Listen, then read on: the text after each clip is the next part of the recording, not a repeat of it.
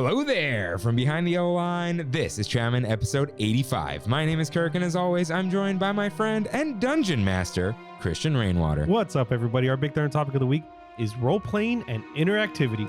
Ready to get this ball rolling? Let's druid. Roll for stats. Hello, everyone. Welcome aboard Trammin, a Disneyland podcast. Please lower your head and watch your step while boarding. As a courtesy to other passengers, we ask that there be no eating, drinking, or smoking on board. In just a few moments, we will begin our trip into the Disneyland Resort news and topic of the week. Ladies and gentlemen, this tram is ready to depart. Driver, you are clear. Welcome back to Trammin, everyone. Happy Wednesday. We're your hosts, Kirk and Rain. Welcome back, Rain. What's up? A lot of stuff has been up. Should you tell everyone now that it's been recorded? Yes. Now that it's official in the city of, or the county of Orange. Oh, right. You bastard. I am officially a homeowner. Rain was buying a house. Mm-hmm. Turns out he didn't really have to be gone last week. Yeah. But it's a story. But he's been busy with good things, like we told you all. So that's what he's been up to. And I am in the city of Disneyland. Yes, the city of Anaheim. You are in Anaheim. That's crazy. And people thought, like, because people, ask me what's up or has a podcast, and I'm like, oh, Rain's buying a house, and they're like, where? I'm like, Anaheim. They're like, because I'm like, no. Everyone. I explained to them because of work and all that kind of stuff. But yeah, good guess though. Good guess. I mean, you're not going to be unhappy about that. No. I'm 10 minutes. I'm like not right around the corner. I'm like more borderline Fullerton area. Yeah, but it's still 10 minutes away, one street away. Yeah, and I'm sure, like, especially when you leave here after recording, it's a quick drive. Yeah. Because even here, it wasn't that bad. But yeah, to go to Covina on a regular day would be about 45. Jeez. Yeah, maybe 40. Because I go all the way up the hill. It's a journey. It's a journey. It's a journey. Fun fact, I've never played Dungeons and Dragons. I just know all these jokes. Neither have I. And I actually got invited to a new game that was starting by Brandy's sister. Whoa. Yeah, out of everyone. Her oldest sister, Mia. Oh, oldest. Yeah, was like, hey, Rain, would you I've never heard of this sister. Oh, no? No. She's like, hey, Rain, would you be interested in, coming to play Dungeons and Dragons with us? I was like, actually, yeah.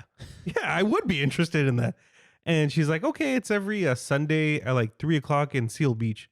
I was like, oh, it's Seal Beach? So I never went. Oh, yeah. I also want to, but that'll, in the future. Yeah. So let's hand out these character sheets with mousekeeping. You're going to hit the button, aren't you? I was. You can. No, it's fine. It's fine. You can hit it. If this is your first time here, welcome aboard Trammin, a Disneyland podcast where Kirk and I talk about the Disneyland Resort through and only through our eyes. To catch up on jokes, references, context, and backstory, check out our lore page on trammin.com/lore. If you enjoy the show, like, subscribe, comment, and review us wherever you can, including Spotify, Apple Podcast, and my favorite, YouTubes.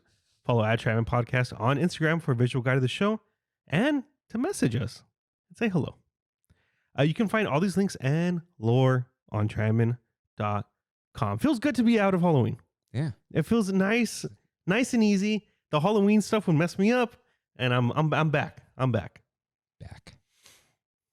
It's funny. I was like, do we need to change the through and only through? No. I'm joking.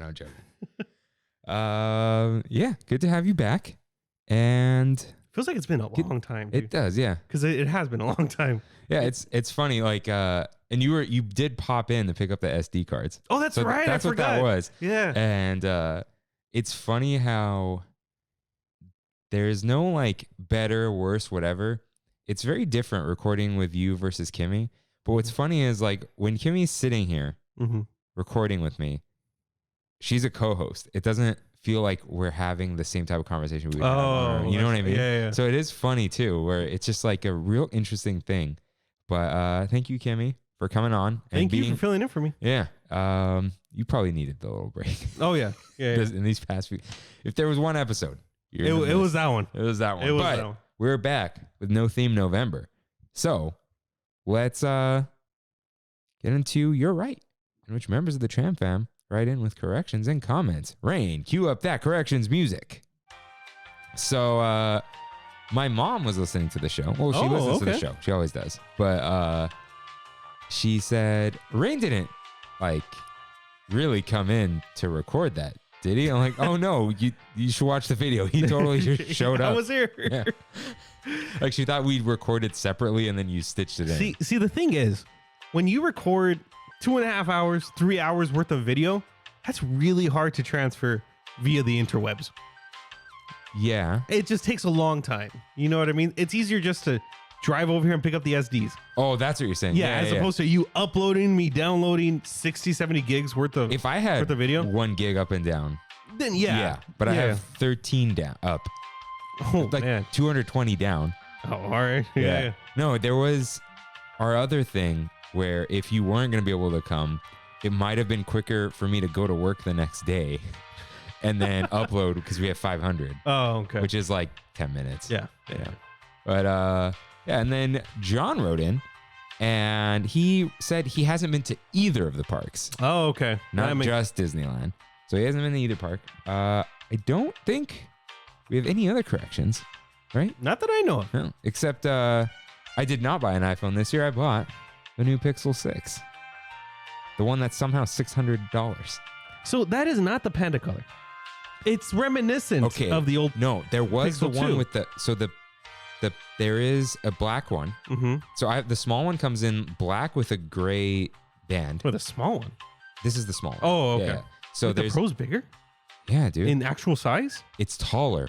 Oh, I didn't know that. It's 0.2 millimeters wider. I don't know. Probably because of the curve. Yeah. Which no one wanted.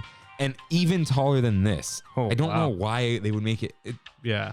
That's a little excessive. They didn't even fit anything in there because the telescope is in the band and the bands are at the same height. But anyways, there's a black one with a gray top. And then, so there's one with the orange-ish thing that the Pixel 2 had the power button like that. Yes. However, I would have bought that if the bottom was white, but it's like pink. It's called coral. It's called Kinda Coral. Kind of. Yeah, that's and I have nothing against pink. Like I have pink shirts. Yeah. I don't want a pink phone. I hate the color coral. It would bother me. It just reminds me of The Walking Dead every single time. Coral. Yeah. And I've had so many black phones. Yeah. And if I got the Pro, you see that champagne one? Yeah. That's ugly. No, you went right. Yeah. With that color. That's nice. Is it sorta seafoam or slightly seafoam? I think it's slightly. I think it's sorta. Let's see. Slightly stupid. I've seen them live. Have you? That's so random. With my cousin Kadeen. Shout out. Slightly. Wow. Crap, I missed her birthday. Ooh, that's a bad feeling. Yeah, October 12th. Yikes. Sorta seafoam. You're right. Sorta seafoam. Yeah. That's what you said, right? No, you said sorta. I said slightly. Yeah, Kinda Coral, sorta seafoam. What's the black one? I think it's maybe just, black. I think they always just call it just black. Even though it's not. But anyways, sorry iPhone gang. Sorry Ozzy. I know he's always rooting for me. Mm-hmm. But Andrea responded to the pictures I posted from We Have It. Oh yeah. From the trip. She's like, where are all the people? And I was like, oh, I erased them with Magic Eraser on the Pixel. She's like, oh, is that an iPhone thing? I have an Android. I don't want to switch. Like I've always been tempted. I'm like, no, it's a Pixel. She's like, oh. So we have some. That's really neat, dude. Android listeners. That's really neat. Yeah, it just auto captures and. Dude, I've always said if Android had iMessage, I would have jumped ship long I would ago. probably pay at least $5 a month for it. Oh yeah, me too. I'd probably pay 10. That's probably my max though. But like, I mean, you can get it. It's just not pretty. No, I don't want. I want it to be proper. I'm saying like, dude, if Apple was like $10 a month, God, they would make so much money. You would no, but see, I would jump ship so fast. And then they lose money. Yeah, they know. And then I don't want to do HomeKit to my house anymore. Oh right. Yeah, they know. Yeah, they know. But, anyways, let's get in some news. Still haven't made it louder, guys. But That's right. I made my little intro louder. So Christmas is here. Give us some cheer. Merch is here. We're in Walt's Lodge. Dude, it's November 1st. Dude, there was music playing in World of Disney on October 30th. They had the garland up and Christmas merch. I'm like, they're moving stuff. All the windows are Christmas. Look, I love Christmas. I still think of Christmas every single day. However, like, not before Halloween's over. Yeah. Thanksgiving, maybe we should give Thanksgiving a little more room, but it's a little too close to December. But it's like, it's part of it. You're not going to put up Thanksgiving. It's the holidays. Yeah. But like, Halloween's not part of the holidays. Yeah. And just like the day before Halloween, Christmas music shouldn't be playing. Dude, I don't know what it is this year specifically. I think I honestly think it has to do with all the product shortages and the whole port issues going on. Halloween started so early, like mid-August. I've never seen it start that early, and maybe it's just because of everything going on in my life. I think it is. But I felt like Halloween ended like 3 weeks ago. Yeah, I think you've been busy because I've been very like, this is the most Halloween I've felt in a while. Oh, yeah? It's like Kimmy's favorite holiday. Mm-hmm. So we did Oogie Boogie Bash. That's I think right. at the best time. Yeah, I think the 24th. So it's like yesterday. Yeah, today's Monday, guys. So it's November 1st. Yesterday we had a very chill Halloween. Like, I just drove down. Like, I had my onesie from last year. We like got food. We hung around like San Clemente outlets with like, there was a pumpkin. We saw her nephew. Shout out to River. I showed up at my parents' house without telling them with my like childhood trick or treat bag, and I rang the door. But my dad's like, "Go away! There's no candy here." They had a lot of candy though. That's cool. Not to hand out, but just it's a gated place. There's 7 houses there, and like there's no kids. So, but there's always chocolate in my mom's house. I was influenced by you guys. You guys are influencers. Yeah. I went to Tanaka Farms yesterday. Yeah. Yeah, it was, what a cool place, man. Right. What, dude, okay. It closed early yesterday though, right? At 3:00. Yeah. Yeah. So the weekend before, which I haven't been on here to talk about, I went to Mr. Bones' pumpkin patch. And I think that's my client, first off, because Mr. Jingles, Mr. Bones, they sound all the same. Yeah. And it was $35 a person to get into that place. Wait, where? The Bones thing. LA. It was the LA tax. Yeah. Yep. And Tanaka Farms was like 15? 6? 6. Yeah. If you want the wagon ride, it's $6 extra. Did you do it? I did not. Oh. Yeah, my Did mom. you shoot a pumpkin out of a cannon? No, I didn't. Did you see them do it? I saw them do okay. it. Right. Yeah. We got there late, like at 2:00. And because, dude, my mom was like, she's like, "Oh, we're going to the Cal Poly Pumpkin Patch. Brittany got tickets." And Brittany lives around the corner from Cal Poly Pomona. That pumpkin patch is the most adorable thing. The little festival. The Cal Poly one? Yeah. Yeah. It's awesome. And I was like, okay, cool. We'll, meet at Brittany's place and then we'll drive over. I pick her up and she's like, actually, it's Tanaka Farms. You know where that's at? Me coming from Anaheim. And I'm like, it's in Irvine. So yeah, that's why we got there so late. So I wasn't able to do a lot, but it was still really cool. Yeah. I love the little farm area where you can buy stuff. It's a farm. It reminds me of the Cal Poly, the student farm store. Yeah. Yeah, really, really good stuff. Like good jams. I got a strawberry banana bread. Wow. But yeah, it was influenced by you guys. So thank you. Yeah, I really like dug it, Yeah. Like it was cool. And it's so big too. That's what I like. It's a farm. Yeah. It's like an actual farm, I think. Mr. Bones was like in the corner of like a really busy intersection in Culver City. I hate Los Angeles. Me too. We're done. You're done. I'm done. I'm out. Even though I'm going to the Hollywood Bowl tomorrow. Oh, that is. Yeah. That's as LA as it gets. What are you seeing? Tame Impala. Oh, right. At the bowl? I made a couple inflatables for them. Oh, okay. And I was like, hey, I'll do the install if you guys give me some tickets. And they're like, sure, of course. So, and it's Brandy's favorite band. And Nice. she's like, oh, it's my Christmas gift. I was like, oh, all right. Yeah, all right. I mean, you just bought a house, so Yeah, there's your yeah. excuse. Yeah. I had a nice chill Halloween, but yeah, I did Oogie Boogie. I went to Disneyland like a million times. Yeah. Bought a DCA. I have not been like 3 weeks. Yeah. I've been. You like front loaded, and I've been going recently. Yeah. Yeah, and had a real chill Halloween, which I'm kind of glad. Like we were talking about this. Mm-hmm. It felt like Halloween. You know how like the worst day of Christmas is Christmas Day. Yeah. It really is. So it's not quite like that with Halloween. I mean, it might be for some people, but it was like, I'm glad I enjoyed it just before So when it came, I was like, I had a nice Halloween season. Yeah. And then just like nice little send off. Do you guys ever play video games? Me and Kimmy? Mm-hmm. No. No? Okay. I was going to say, if you do, highly recommend the new Mario Party. With 2 people? You need like 4 people. You need for 4 Mario people. Party. Yeah, at least 3. You get 3 and then you get the one dumb CPU. It's a good time. It's a good time. You're right. No, yeah. We're not like, we're usually like not out, but kind of out, you know? So yeah, but Christmas is here. There's no fighting it now. It's November. Mm-hmm. I think I hear Black Friday is going to be sooner than it's ever before. What does that mean? Like you can they're going to start doing the, and they have this whole thing now where they guarantee the price is going to be good enough through Black Friday for whatever you're buying. Whoa. Because of the product shortages. They're trying to push what they currently have. Yeah. So get rid of inventory. Yeah. But it's new stuff coming in?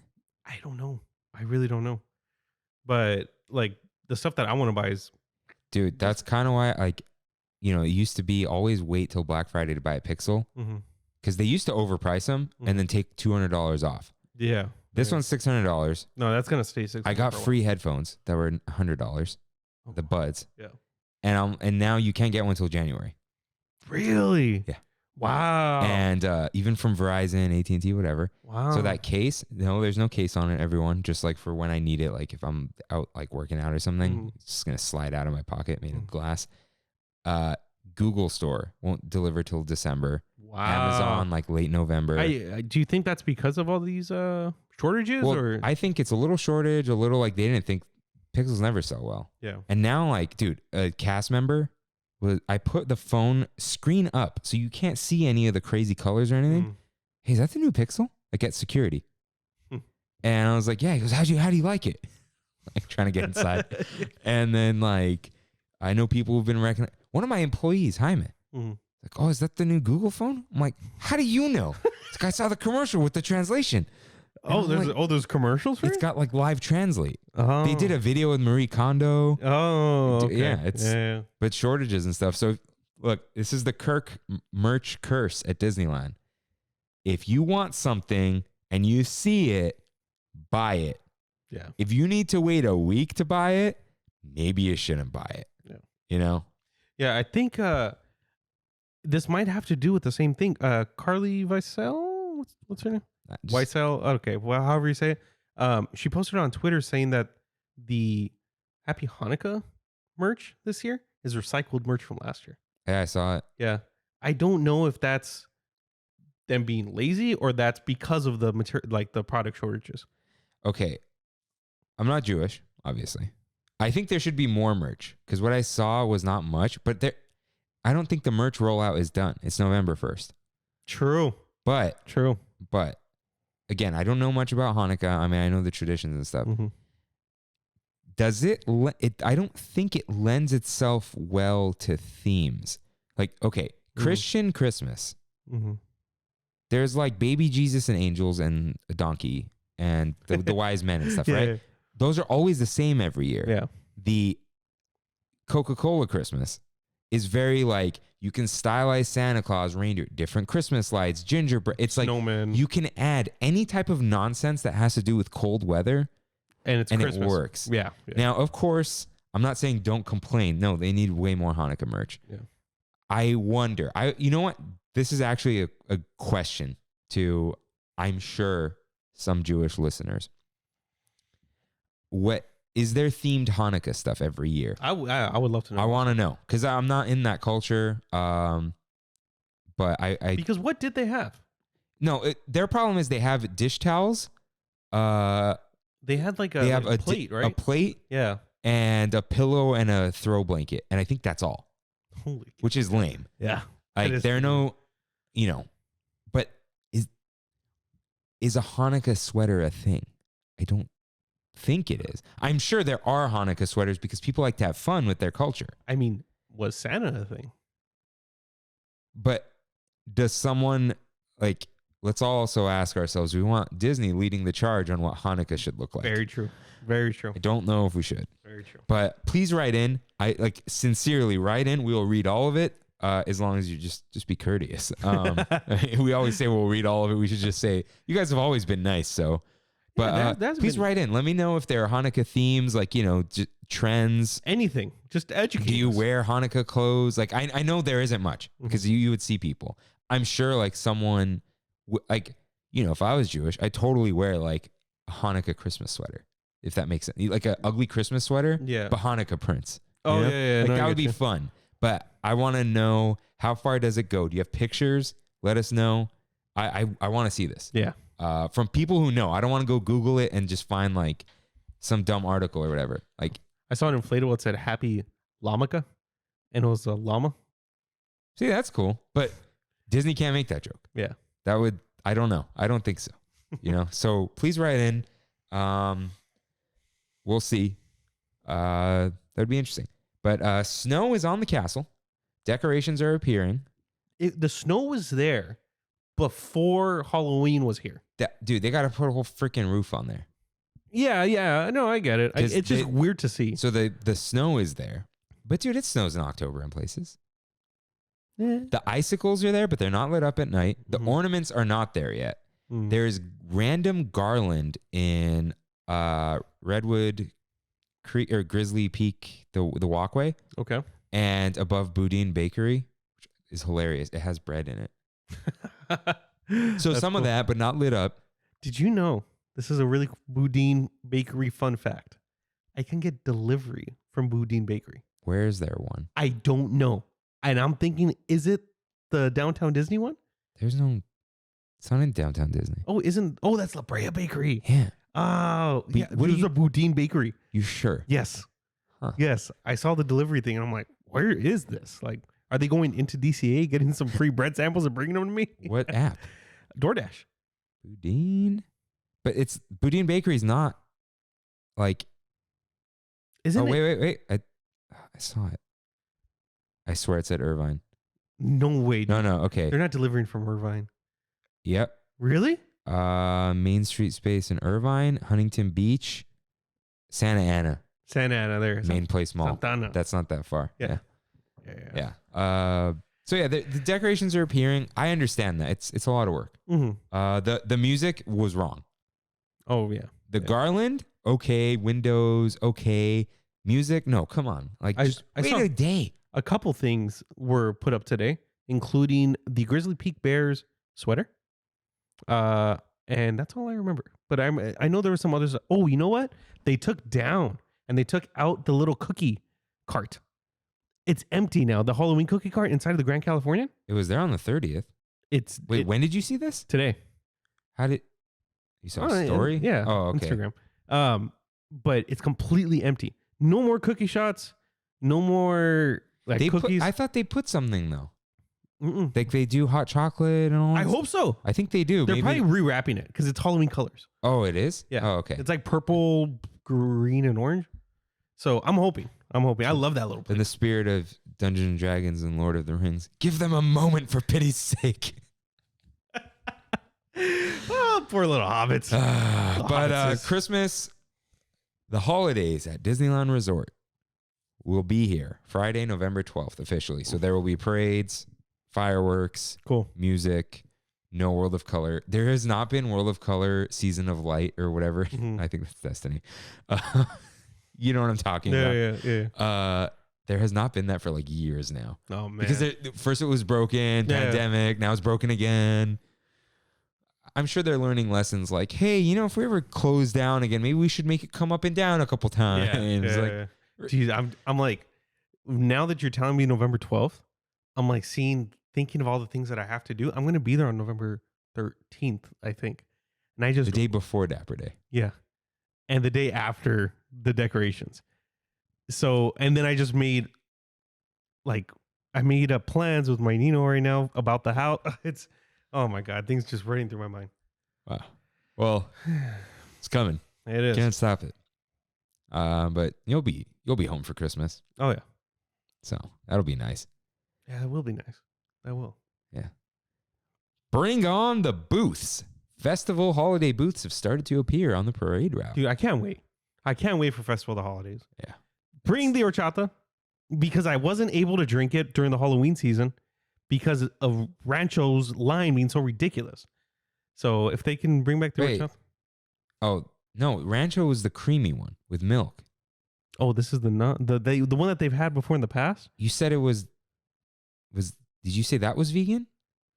I don't remember. I think you did. Did I? I know there's one that says horchata agua fresca Mhm. at Paradise Garden Grill, which I don't think the agua fresca is supposed to have. That's not supposed to have milk in it. You know what? I'm going to do my horchata research. And I'll be back. I and looked I'll it figure up. out next week. It's not a Mexican thing. Like it is by like evolution, but it Mhm. came from like Spain. And whoever started it, Mm. there was no milk, but people added milk over time. And there is like, but agua fresca, fresh water. Yeah. Shouldn't be milk in there. Yeah. All right. I wonder if that's the distinction. Like horchata agua fresca is like, I know there's no rule. Everyone, it's a Wild West out there. You got to ask. It really everyone. is. It really But is. Like you I see what say, Gabriel's with almond milk. Right. Which that makes tons of sense. Almonds and cinnamon. Yeah. That's a whole thing. But anyways, booths are coming. It's coming. All right, Rain. Read this one. So I unfortunately, big unfortunate, am now officially addicted to TikTok. Oh, I'm full in on TikTok. I can do, I catch vibes. I do all the little dances now. And one of the one of the big things that I did that I found on TikTok that's actually really relevant to the show is I found Kevin Lively. Now, do you know who this guy is? absolutely not. Kevin Lively is the Imagineer who came up with the new Jungle Cruise story. That one. He was the skipper, and he eventually got promoted to be an Imagineer. And he actually did a lot of the Haunted Mansion, the Muppets Haunted Mansion story. He's done like the Jungle Cruise movie. He helped with all the jokes and stuff on that. And I thought it was really interesting that he was selling his stuff on TikTok, and he started posting it on eBay. So I did a little digging on Twitter, on his Twitter, and see what was going on. He grew up here in Fullerton and has lived here in California for his whole life. And a couple months ago, they asked him to relocate to Orlando. Oof. Yeah. The big move. And he said, I can't. My whole life is here. My family's here. He has too many roots here. So unfortunately, he quit. And it was like, I wonder if they're gonna have like some sort of little brain drain.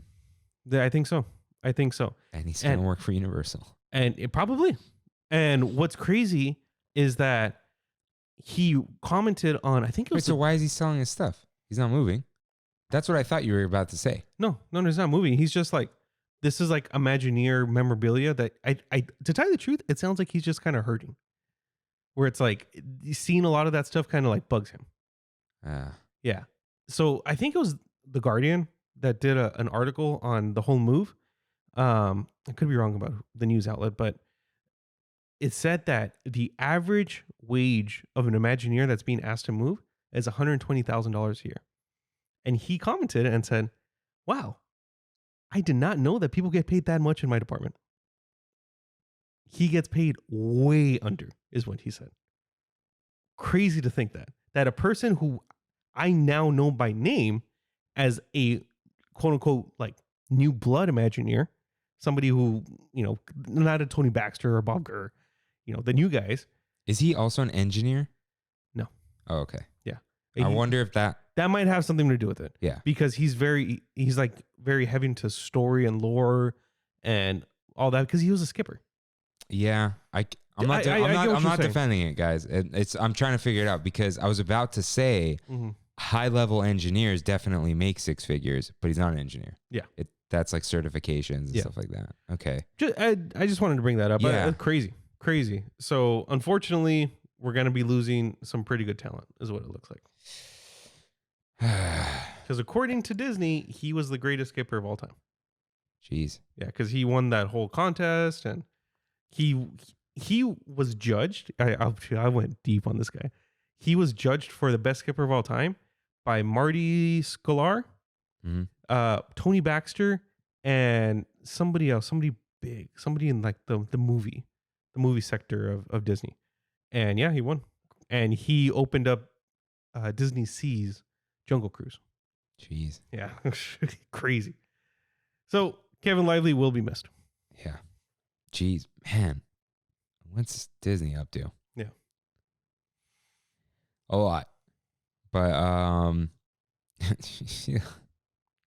have to bring it up. The petition to fire Chapek. Yeah. It's got a lot of signatures. That is worth less than nothing to Disney. Yeah. They're laughing at that. The only petition that exists in Disney's mind comes from shareholders and lost sales. And sales have never been, they cannot sell more. They cannot sell more. They're literally raising prices to get people to stop going. And Yep. I don't think there's a ceiling. No, I don't think so either. Like, yeah. I could see a $2,000 dream. No, okay. A $19.99 Dream Key, people would still buy. Once the 2 appears. Oof. 2001? No. Nope. I'm out. Do you see what I'm saying? Yeah. Once it's like $20.99, Mm-hmm. then people might slow down. Can't stop it. But I was thinking on the, you know what? That'll be in We Have It So Good. So it's time for our Big Thunder topic of the week. It was not a good, what? Don't we have a concoction? Oh, wait, you're right. Yeah. We do. Yeah. Man, how did I mess that up? It's a crazy world out there, everyone. All right. Maybe that was a fake out. It's time for Kev's concoctions with Kirk and Rain. back to the normal music. So my brother Kev likes to concoct things.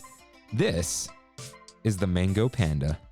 The Mango Panda. It is a green beer.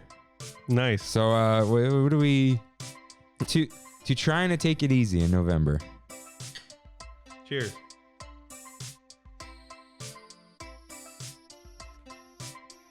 I think one of the top beers for me that Kev's made. This is really good. Yeah.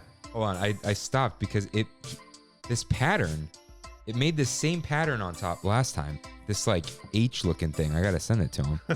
And he was like, dude, that's sick. Whoa. That's good. This almost tastes like ube. Yeah. Well, there's I no don't- ubi this time. I don't think so. Why is it green? Food coloring? I don't remember. He told me a bunch of stuff last week, but he said this is like a very like, I think he used like bread yeast in this one, not I don't know. But Thank you. very Yeah, that's earthy. good. Yeah, But- I like it. But Kev's been talking about this with his like ciders, beers, and kombucha. This finally has some body. They didn't have any body to them. You know what I'm saying? They were just pure like flavor. This is Yeah. No, this is great. This is great. Hey, you go, Kev. I don't know what the panda. Maybe there is ube. Maybe that's what Yeah, it's great. he didn't explain that. But speaking of ube, we have Oh, new and improved ube fudge brownie. nice. So these, Oh no, this is what you asked for. I wanted a lot of. yeah. So this has white chocolate chips, Ooh, white chocolate melted into the batter, a bunch of butter. So they're thicky and fudgy. Yeah, yeah. It's So- almost like a fudge stick. Yeah. Yeah. Oh, I'm down. Yeah. So cheers. Yeah, cheers. That's great. So That's real good. it's like half a cup of real sugar Mm-hmm. and a bunch of stevia Wow, to make it like. can't tell.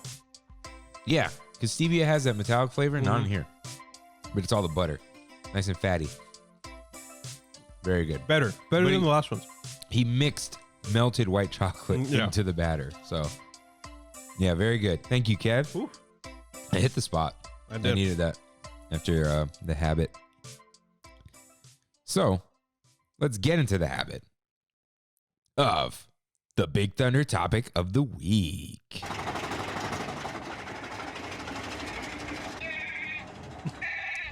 Role playing and interactivity. I think I like this title. I don't. I liked it. I like the role playing part. Like, I don't know. So what made you come up with this? First, I was like, oh, it was going to be called interactive elements, Mm-hmm. which is that's a thing.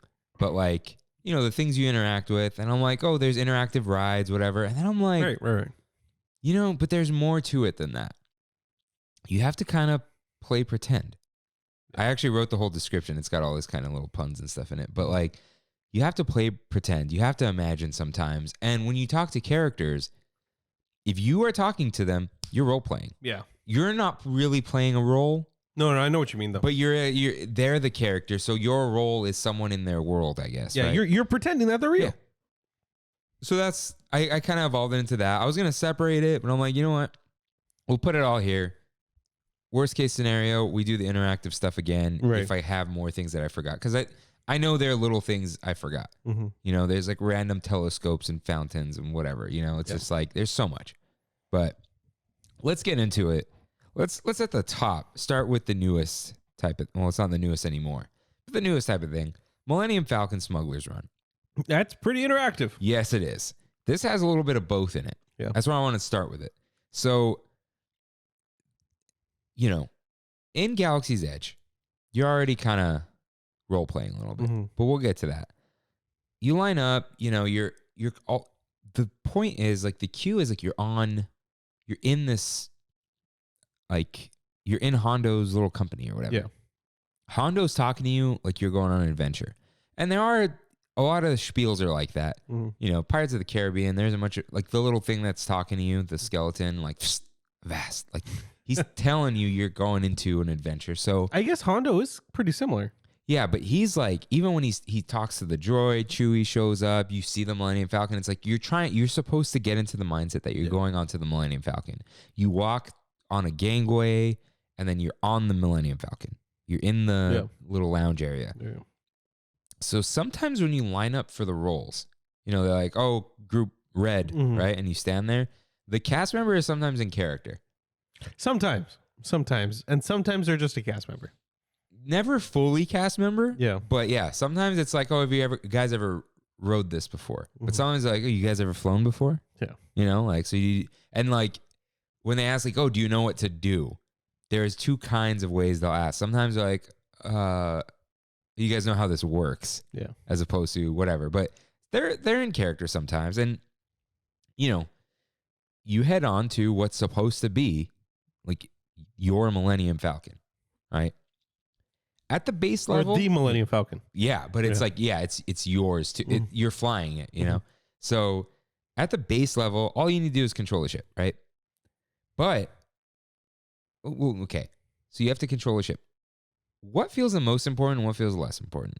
Pilot is the most important. I would argue the gunner feels less immersive. Than the engineer?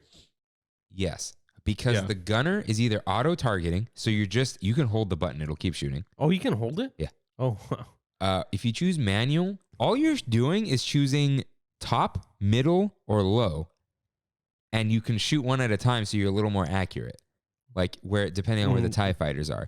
But you're not aiming left to right. Yeah, you're not Luke Skywalker under the Millennium Falcon. Yeah. Like, boom. And what's funny is like that targeting thing is kind of on the right. But you can't move it. Yeah. So, and you almost have to pay attention to that more and not watch, right? I prefer engineer. Engineer is like, it blows air at you when certain things are broken. Yeah, You're like, oh, the ship's broken. I got to flip these switches and hit the buttons. Like, oh, something happened and I'm directly responding to that. But beyond all that stuff, we've talked about this before. It's more fun when I'll say it right now. I don't use this term because usually it involves cringe, but RP is role play. Yeah. Like, oh, this person's RPing or we're going to RP. Usually it's cringe when people say it. No offense, but. What was that movie called with McLovin? You know what I'm talking about? Super bad. No. The role playing one. Oh, I thought I'm like, how do you not know super? No. With Stifler from American Pie. I think it's called Role Player or something like that. No idea, dude. Huh. But they say RP all the time in it. That's why. All right. Yeah. So RPing. So at the next level, you got to RP or pretend you're a crew together, or at least like on an adventure. Role models. Oh, sorry.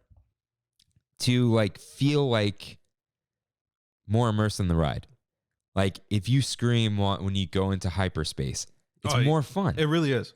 Like it really is. And the first person who does it, most of the time, it gets the rest of the people on there, even if they're strangers. I would be the person doing that as a single rider engineer, and then I'd get a whole crew of people into it. And like, I can't do that. I wish I could. You can't just give them a good woo? No. Like I just kind of keep to myself. That's why I don't really do it without a full crew. It's like I had to learn, you know? Yeah. And dude, yesterday, literally walking around San Clemente and Laguna with it was like Dana Point, not Laguna, with a pineapple onesie. Mm-hmm. On my drive home, I was like, I got no shame left in me. Dude, I was in a market, and I like that pineapple picture.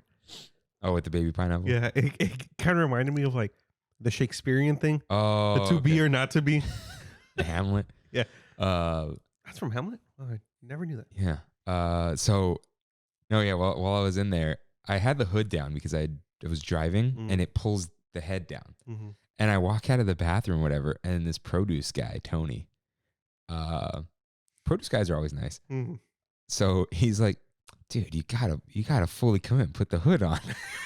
I was like, all right, I'll do it. He's like, dude, where did you get an adult onesie? Is there like a onesie store? And I'm like, and then I explained to him what we did last year. Yeah. Oh yeah. And he had to say, I explained it to him and he goes, a pickle and a pineapple? What the F is that, dude? He eats both of them? Yes. Don't knock it until you try it. Yeah. But you could try it from a produce store.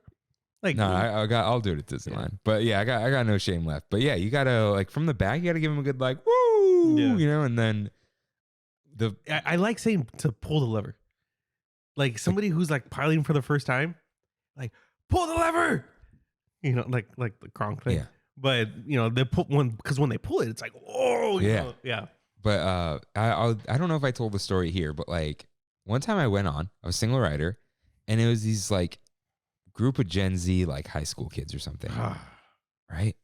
And they're like, two of them have like the little girlfriend, so they're trying to be cool or whatever. I'm like, oh no. And they're like this, I'm just like no. So we're getting out, like, I don't know how fun this is gonna be. I'm just alone, and I'm like, you know, just some dude. And then we get on, and the pilot just like turns around or something. He's like, yo, we're gonna do this, right? And I'm like, oh, they're into it. Dude, one of the best rides. They were all in. That's like cool. The people piloting were bad, but they didn't want to be bad at it. And everyone was like, oh no, like they were, dude, full on into it. Like when they turned to me, I'm like, all right, we're a crew. Yeah. You know, I was like, okay, cool. There's some good There's some teamwork here. Yeah. So you got to be into it. It's fun when you're with your friends and stuff because then you don't feel like ashamed or whatever. Yeah. What I want to do, you need 6 whole people. Chewy mode. I haven't done it either. It's a whole like. It's a certain button command, right? It's like everyone, I think pilots have to go all the way to the left, all the way up, and then everyone's got to hit the top button of something or some weird thing like that. And you just hear Chewy it's just Chewy yelling the whole time. There's no Hondo. But I haven't been able to do that. But I think, you know, people talk a lot of trash about Millennium Falcon because it's like a video game ride. It's been hitching a lot lately. It's those graphics cards, man. Dude, You gotta get some 3090s in there. Yeah, or the new Quadros. Get some. You know what? I'll donate a bottle of Dust Off to Disneyland. They don't clean. They got it, dude. That's probably what it is. Yeah. They're probably overheating because when they overheat, they underclock, and then you're dropping frames. Yeah. So that's when it glitches out. It's missing frames, like frames per second. So, I think people just don't get into it enough. They can't play pretend. Like, a lot of this is a suspension of disbelief for this whole episode. And you have to do that a little bit to enjoy it. Otherwise, you are playing a video game. Right. But, like, even, you know, video games, role-playing games, you get into it. You're supposed to have an emotional connection. You're supposed to feel like that's you. That's why it's supposed to make you feel like Spider-Man. Yeah. That's why there's always a character creator in role-playing games. Yeah. Not always, but a lot of the times. Yeah, and like, you know, when you play something like Horizon Zero Dawn, it's a third person, it's a woman, so I can't feel like that. But I these days, like, I prefer playing as a woman because it's like, I've never done that. I'll never be a woman. So it's like, you could see their story. It was interesting playing Half-Life Alyx. Oh, Yeah. VR. And VR. Yeah. Yeah, VR woman, But so that's like you're playing as another character, you're watching their story. But when you're first person or you create a character, it's like if you don't get emotionally invested, you're not going to feel it. Yeah. And that's usually when I put the game down. what? After like maybe 5 hours or so, if I'm not emotionally invested, I'm done. I go in and out with Ghost of Tsushima. Really? Sometimes I'm like, I'm just riding this horse. Yeah. And it's okay for things to be boring. Like I want to play Death Stranding, but it's like, sometimes I'm in, sometimes I'm out with the story. I don't know. But yeah, you got to be into it, because if you're not, you're just pushing some buttons. Like I was saying, it kind of sucks the whole like comfort level, because I'm very comfortable with people I know, and I'll be ultra into it. It's either I'm ultra into it or I'm not into it. Yeah, it's weird. We're the same in a certain way, where it's like if we're introduced to people, we're good. But you want to be introduced with friends. If something breaks the ice for me, I'm very good in a group, even if they're all strangers. But the ice needs to be broken. Yeah. Sometimes you just throw out that woo and you break the ice. But it depends, Yeah. But like Sos has been waiting to get on the ride so we can all get on it. And it's like that's what I'm looking forward to. Like me, Gabriel, probably I don't know who else is gonna be on there because it's only 6. But I'm sure Lily, Gabriel's daughter, is gonna be on there with us. And especially if there's a kid on there, it's like I'm flying you, literally. Yeah, that's the thing. You gotta pretend a little bit, otherwise it's not gonna be fun for you. Yeah. It's not like Star Tours where it's a passive experience. Yeah. So next up, you got Rise of the Resistance. So this one is cast members are fully in character. You're a prisoner. Yeah. They're rude to you. Yeah.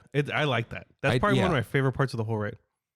That they're just rude cast members. Yeah, they're part of the First Order. My favorite part is literally the Stormtrooper room. That feels the most real to me. Mm-hmm. So the reason that one feels real is the scale. Yeah, it's that huge. the huge window into space is just, you look up and you're like, I'm not in a building. I'm in. Yeah. It feels like you're on a plane a little, like the sounds make you feel like you're floating. Dude, if we were 5 and we experienced that for the first time, that's real. Yeah. There's no question about that. That's real. And so, you go into the prison cell. That one's kind of like, It got me good the first time I did it. What do you mean? I had no idea. I had no idea that they were going to come in and break in and stuff. I didn't even notice. I don't think I on the knew wall. either. Yeah. I love that. I just like, not that I want there to be stakes, but there are no stakes. I'm like, I'm not a prisoner. Yeah. But you gotta try real hard. I did feel like a prisoner. I don't know if it was just my head being like, what the heck? How long are we going to actually be in here for? Because they have that little awkward, like 2 minutes. That's just I think it's slightly randomized. Oh, it is?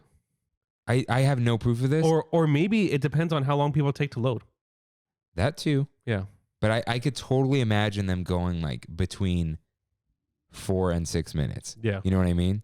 Like they made it real quick recently because you can only be in a building for less than 15 minutes, pandemic, all that kind of stuff. But I wonder if there's like a 1 minute plus or minus just to throw you off when you go on. I think so. And that's why, like, as soon as the person comes in and that person was like, I'm with the resistance, I'm here to rescue you. Dude, I almost like broke down.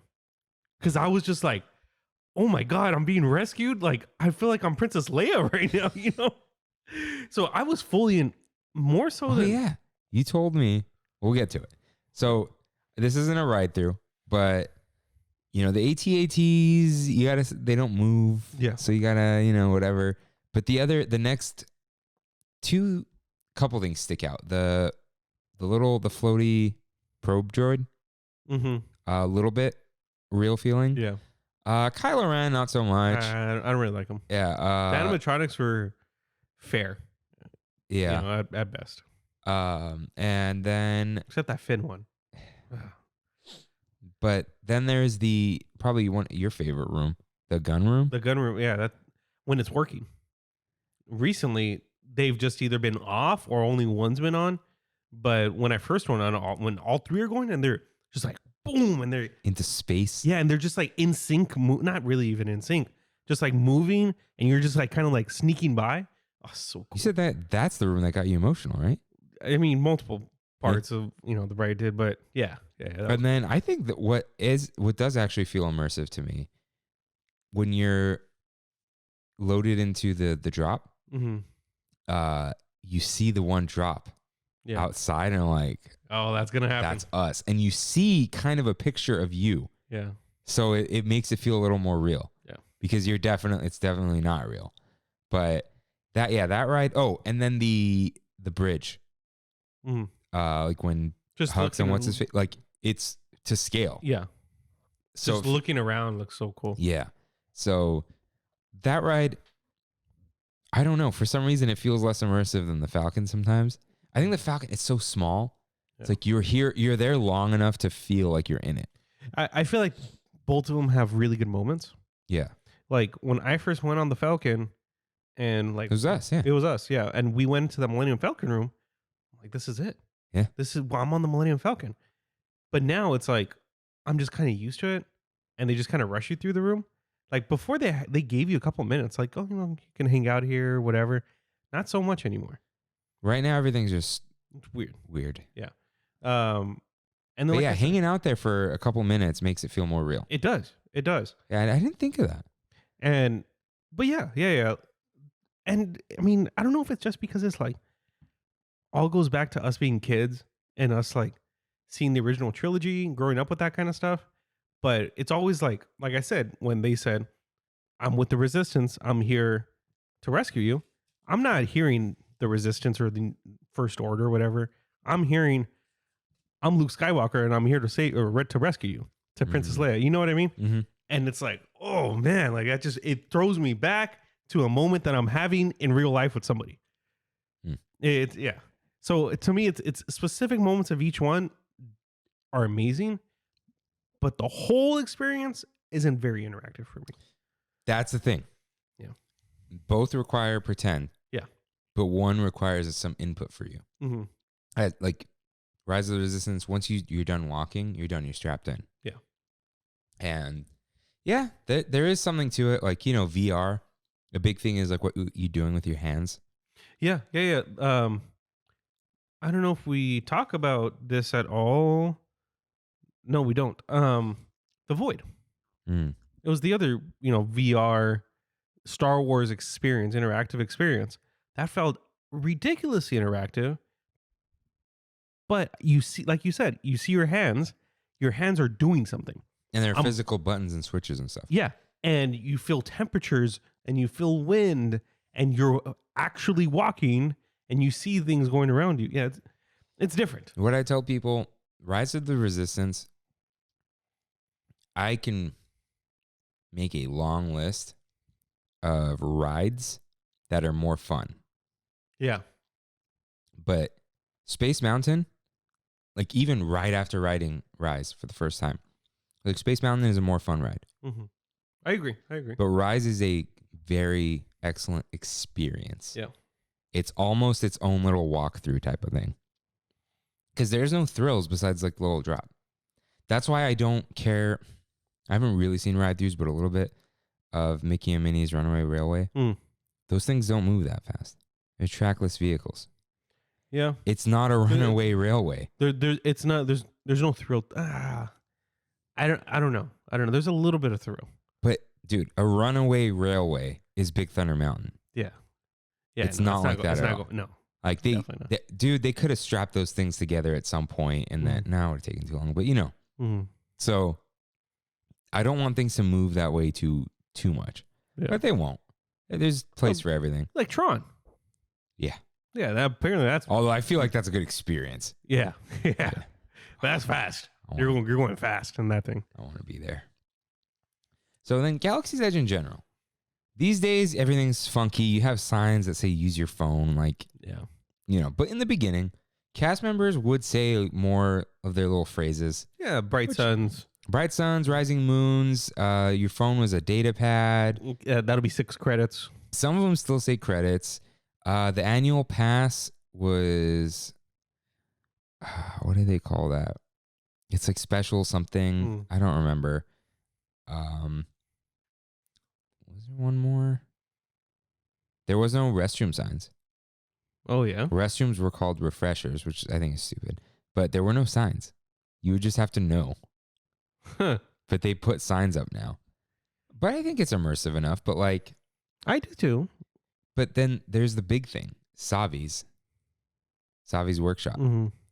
You have to role play. Yeah. If you don't, You're kind of forced to role play in that. yeah, you're like, you're not. There's no resistance. There's no Sith. You're becoming a lightsaber wielder. Mm. You're like more or less a Jedi. You know, not the Jedi, a Jedi Order, but like the person narrating it has musical and light cues, and they're in character. You're supposed to be in character. You don't like. We won't even spoil this, but you don't grab the lightsaber light and click it in. I'm just gonna say that. Mm-hmm. Like you remember, Rain and I did this. Great. That was the first thing we did in Galaxy's Edge. Yeah. You got to bring that thing here because I do. Or you have a house now.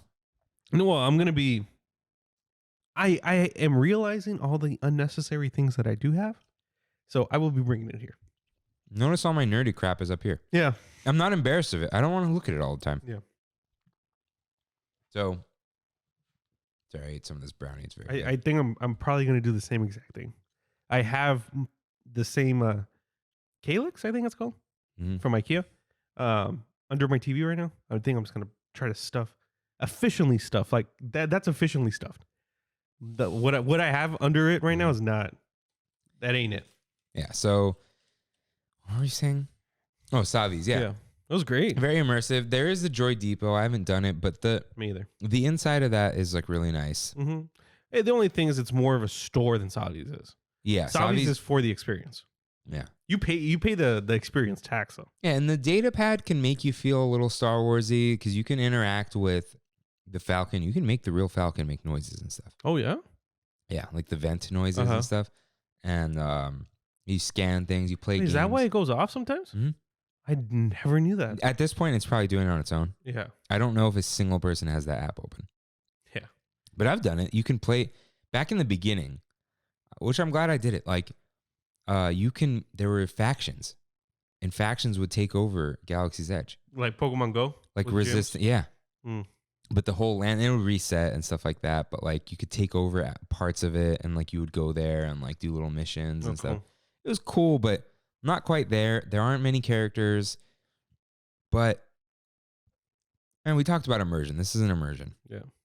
But sometimes it does feel like you're on a little Star Wars adventure. It does. But it does. When you're just walking around, not so much because you don't have an objective. Mm-hmm.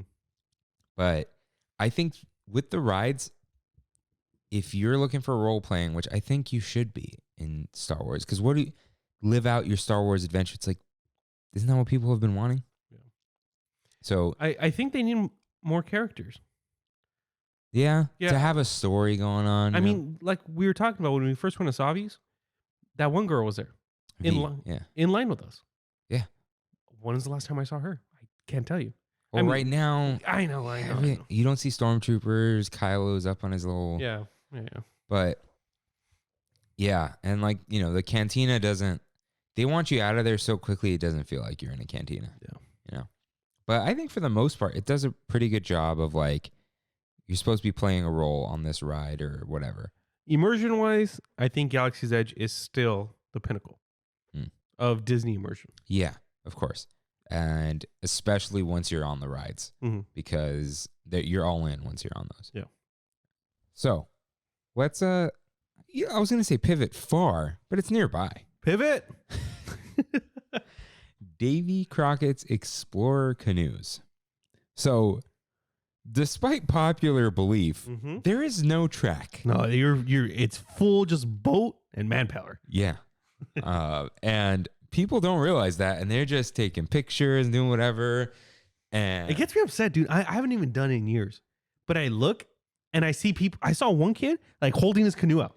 Dude, remember I told you about that kid? They're slowing it down. Yeah. Yeah. It's like, dude, get out of here. Yeah. Kick you off the boat. Yeah, so that's not role playing. Well, a little bit, but not really. It's do you hear the song at all? The Davy Crockett. A little bit. See, that's great, dude. You put the little hat on, you're Davy Crockett. I I gotta like get one of those because Yeah. my head is so big. Oh, yeah. The Disneyland ones don't fit. Yeah, my head hasn't fit me since I was like 11 years old, dude. Yeah, it's a lot of fun. There's no track. It's interactive and active. Yeah. Yeah. You have to work together. Like that's something. I mean, Millennium Falcon a little bit, but like, This is a group of people. okay, if no one moves, you're not moving, and you're in a river. Like the Millennium Falcon's that's a kickback. Okay. Yeah. The canoe, that's a party. Yeah, You're full party. It's like, what are you? I got it. Yeah, but there's like there's a destination. You can't stop because you will just float in the river. You're not going anywhere. Yeah. You can be stranded. Dude, there is a cast member though, always in the back. He's anchoring the whole boat though. He's pumping, or she's pumping, whoever it is. But you saw that video. Yeah. That guy wasn't doing anything. He was literally flinging water into the air. So I was like, he should know better if he's trained, unless he's like, New. yeah, That whole thing where it's like everyone needs to be patient with cast members, yeah, and like, no, but he's just like flinging. But like the way to do it, you go slow and move the water. But anyways, there is some connection you feel, not to the people, but like to the ride of like this exists because of you in a way. Like there's some agency in it. Like you're doing something and it feels like you're contributing to your own fun. You know what I mean? Like it's not passive. You're not just like, I'm not going to make like social commentary because I'm part of it too. I don't care. It's like when you watch a movie, TV, you consume. Right. Video games, you play a little bit. You're still kind of consuming. It's going into your eyeballs and your heart, This is like, you're doing it. You're doing the thing. You are doing the thing cannot happen unless you are doing it. Right. You know what I mean? So no one else can put on the show. You can watch it, but then you're not doing it at all. You're not on the canoe. So I think it's one of those things like they can't even get rid of it because they can't replace it with anything. Yeah, it's not bugging anyone. That's what I like about it. Yeah. And we'll get to Redwood Creek later, but it's the same type of thing. Like it's in the middle of the river because there are other boats and stuff. You can't put anything else there. It's during the day. The dock takes up it's along a wall. So it's just like, when is there ever a line? Yeah, almost never. You just wait till like you can wait 5 to 10 minutes sometimes to fill out the boat, right? Well, they don't have so many going all at once just because there aren't that many cast members. But yeah, it's a fun little thing. We talked about it early on. I don't think it was in the reopening episode, but it was in one of my We Have It So Goods. But it's such a fun thing to do. It's a little hot sometimes, but that seems killer, dude. In the heat. Yeah, but you do feel like you're a part of Disneyland. This is part of Disneyland history, and I don't think of it that way, but it's like this is a very Disneyland thing, and you're not just. It's a long experience too. How long does it take? I think it's like 10 minutes. Wow, if not longer, maybe 12. Were you sore the next day? No, okay. Dude. There's so many people on it. You just have to. If you just go steady, you're cruising. Yeah, and most of the people were doing it on the boat we were on, but the two cast members, they were very like active and like getting everyone encouraging everyone. Good. Like, come on, guys, keep paddling. Like, let's go. We're almost there. Yeah. And they were like snarky, like, we don't want to see anyone kicking back, like that kind of thing, So it's one of those things where it makes you, you feel important. You're not just waiting in line, getting on a thing and doing the next thing. Right. Like you're on this thing. You can't get off. It won't be over soon. Like, enjoy it. You have to slow down. Yeah. And that, like, not, literally, but it's like almost literally. Almost, yeah. It's you have to kind of smell the roses a little bit. Yeah. It's, hey, enjoy this moment. You can't be doing something else. You can't be taking a video. Can't be taking a picture. Can't be looking at a goat. Like you have to. You can look at the beaver. He's chomping away at that bridge. He's still not done. But he's like Disneyland. It'll never be complete. Yep. But that attraction, let's say, is very special. If you're physically able to do it, that's it. If you're physically able to do it, I cannot. Like, I would never You have to do it. You must. At least once in your life. Yeah, it's really nice. I want to do it again soon, probably. So kind of nearby is the Frontierland Shooting Exposition, formerly Sponsored by the NRA. yes. This is a straight up game. Yeah. You're shooting targets. You're not like hunting animals. You don't get anything from this, right? Nothing. It's just the satisfaction of shooting something. I think that's why I like it. Mm-hmm. You're not trying to win. You're trying to have fun. Yeah. And that's a lot of the times, like when you're at Chuck E. Cheese or any of those Dave and Buster's, there's always people trying to cheese the game. Yeah. You like that? That was a pun. But the Chuck E. Cheese, there was that little pedal helicopter. You don't get anything out of it. Yeah. So there's stuff like that. But yeah, there's no objective. Your objective is to have fun. There are very few video games like that. Yeah, you're right. Like everything has some goal at the end. Mm-hmm. But it's just supposed to be like pure fun. Like you're shooting at targets. It doesn't keep score. Brandy wanted to do it the other day. Was it closed? No, it was open. And there was now one person there. Did you guys do it? You didn't have quarters. We didn't have quarters. And we didn't have dollars. Even no cash on you? I had a 5 and 10.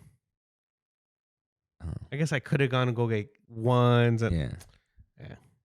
Yeah, I got to do that. But yeah, it's not even, you're just shooting targets. It's not even, I'm sure it used to be, look how cool guns are. Yeah. Now it's just like, hey, you're a cowboy. Have some fun. In the Old West. Yeah, it's In the Old Frontier.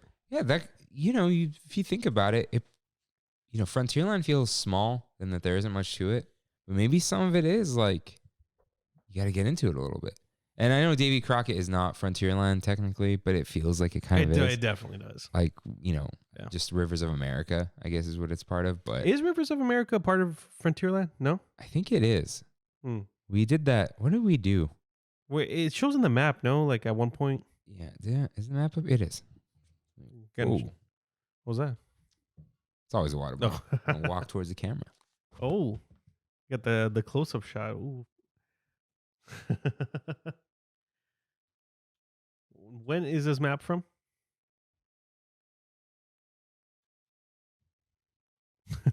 I forget that people can't hear you on camera or can't hear you off mic. Yeah, even if I yell or whatever. Yeah. This map is from April of 2021. Okay. Let's see. The same color? Same color.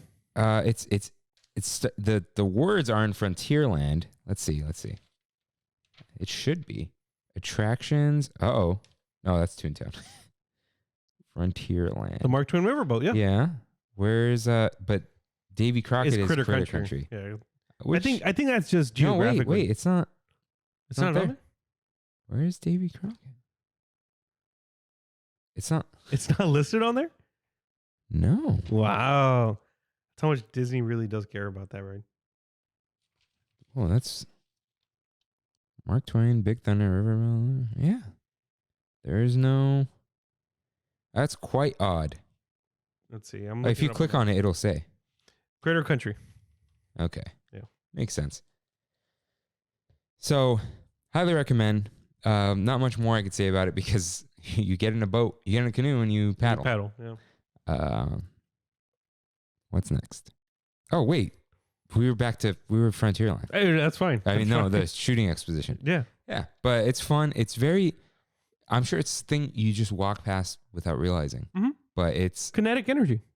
There's stuff going on there. There is stuff moving in there. Yeah. Yeah. They're moving targets. And if you want to keep score, it's in your head. Mm. You just have fun. We need more of that. Kind of like Midway Mania before Midway Mania. I mean, yeah, same type of thing. It's a little carnival game. Mm. So there is when did we bring this up? Was it in Easter eggs? Water. No. You don't think so? Dude, the little steps that there's the fountain in Toontown. You could play the little instruments. I could have sworn this was in water. We talked about all the fountains. Dude, we talked about the fountains. Okay. Oh, wow. I'm not gonna. Okay, fine. I'll go to water. What is it, episode 5? The infamous water in Disneyland. Dude. Oh, whoa. Okay. Oh yeah. There's an interactive section. Fountain in Toontown. Yep. Yeah. So you interact with the sound, not the water. That's my note from episode 5. There's little instruments on the floor, and it's fun for kids. And most people don't know. yeah, and like I think Kimmy didn't know when she listened, but you forget things. Like we went there and I stepped on it. She was like, "Oh, what?"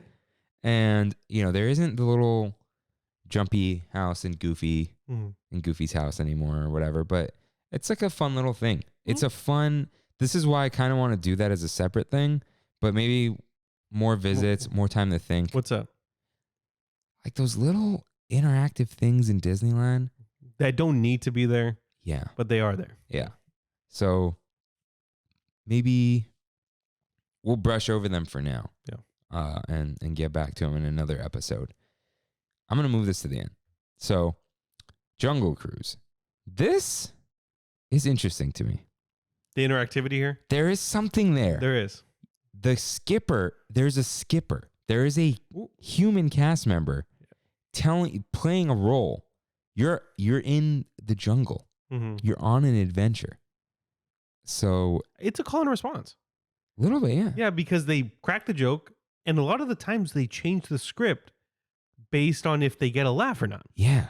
So and it's like you have to get it, and then they want you to laugh, and it's more funny when you laugh because then they'll say something like, this guy got it. Yeah. Like you're interacting. You got to get out of a little bit of a comfort zone and interact with a cast member. I laugh hard, dude, but I'm like legitly laughing.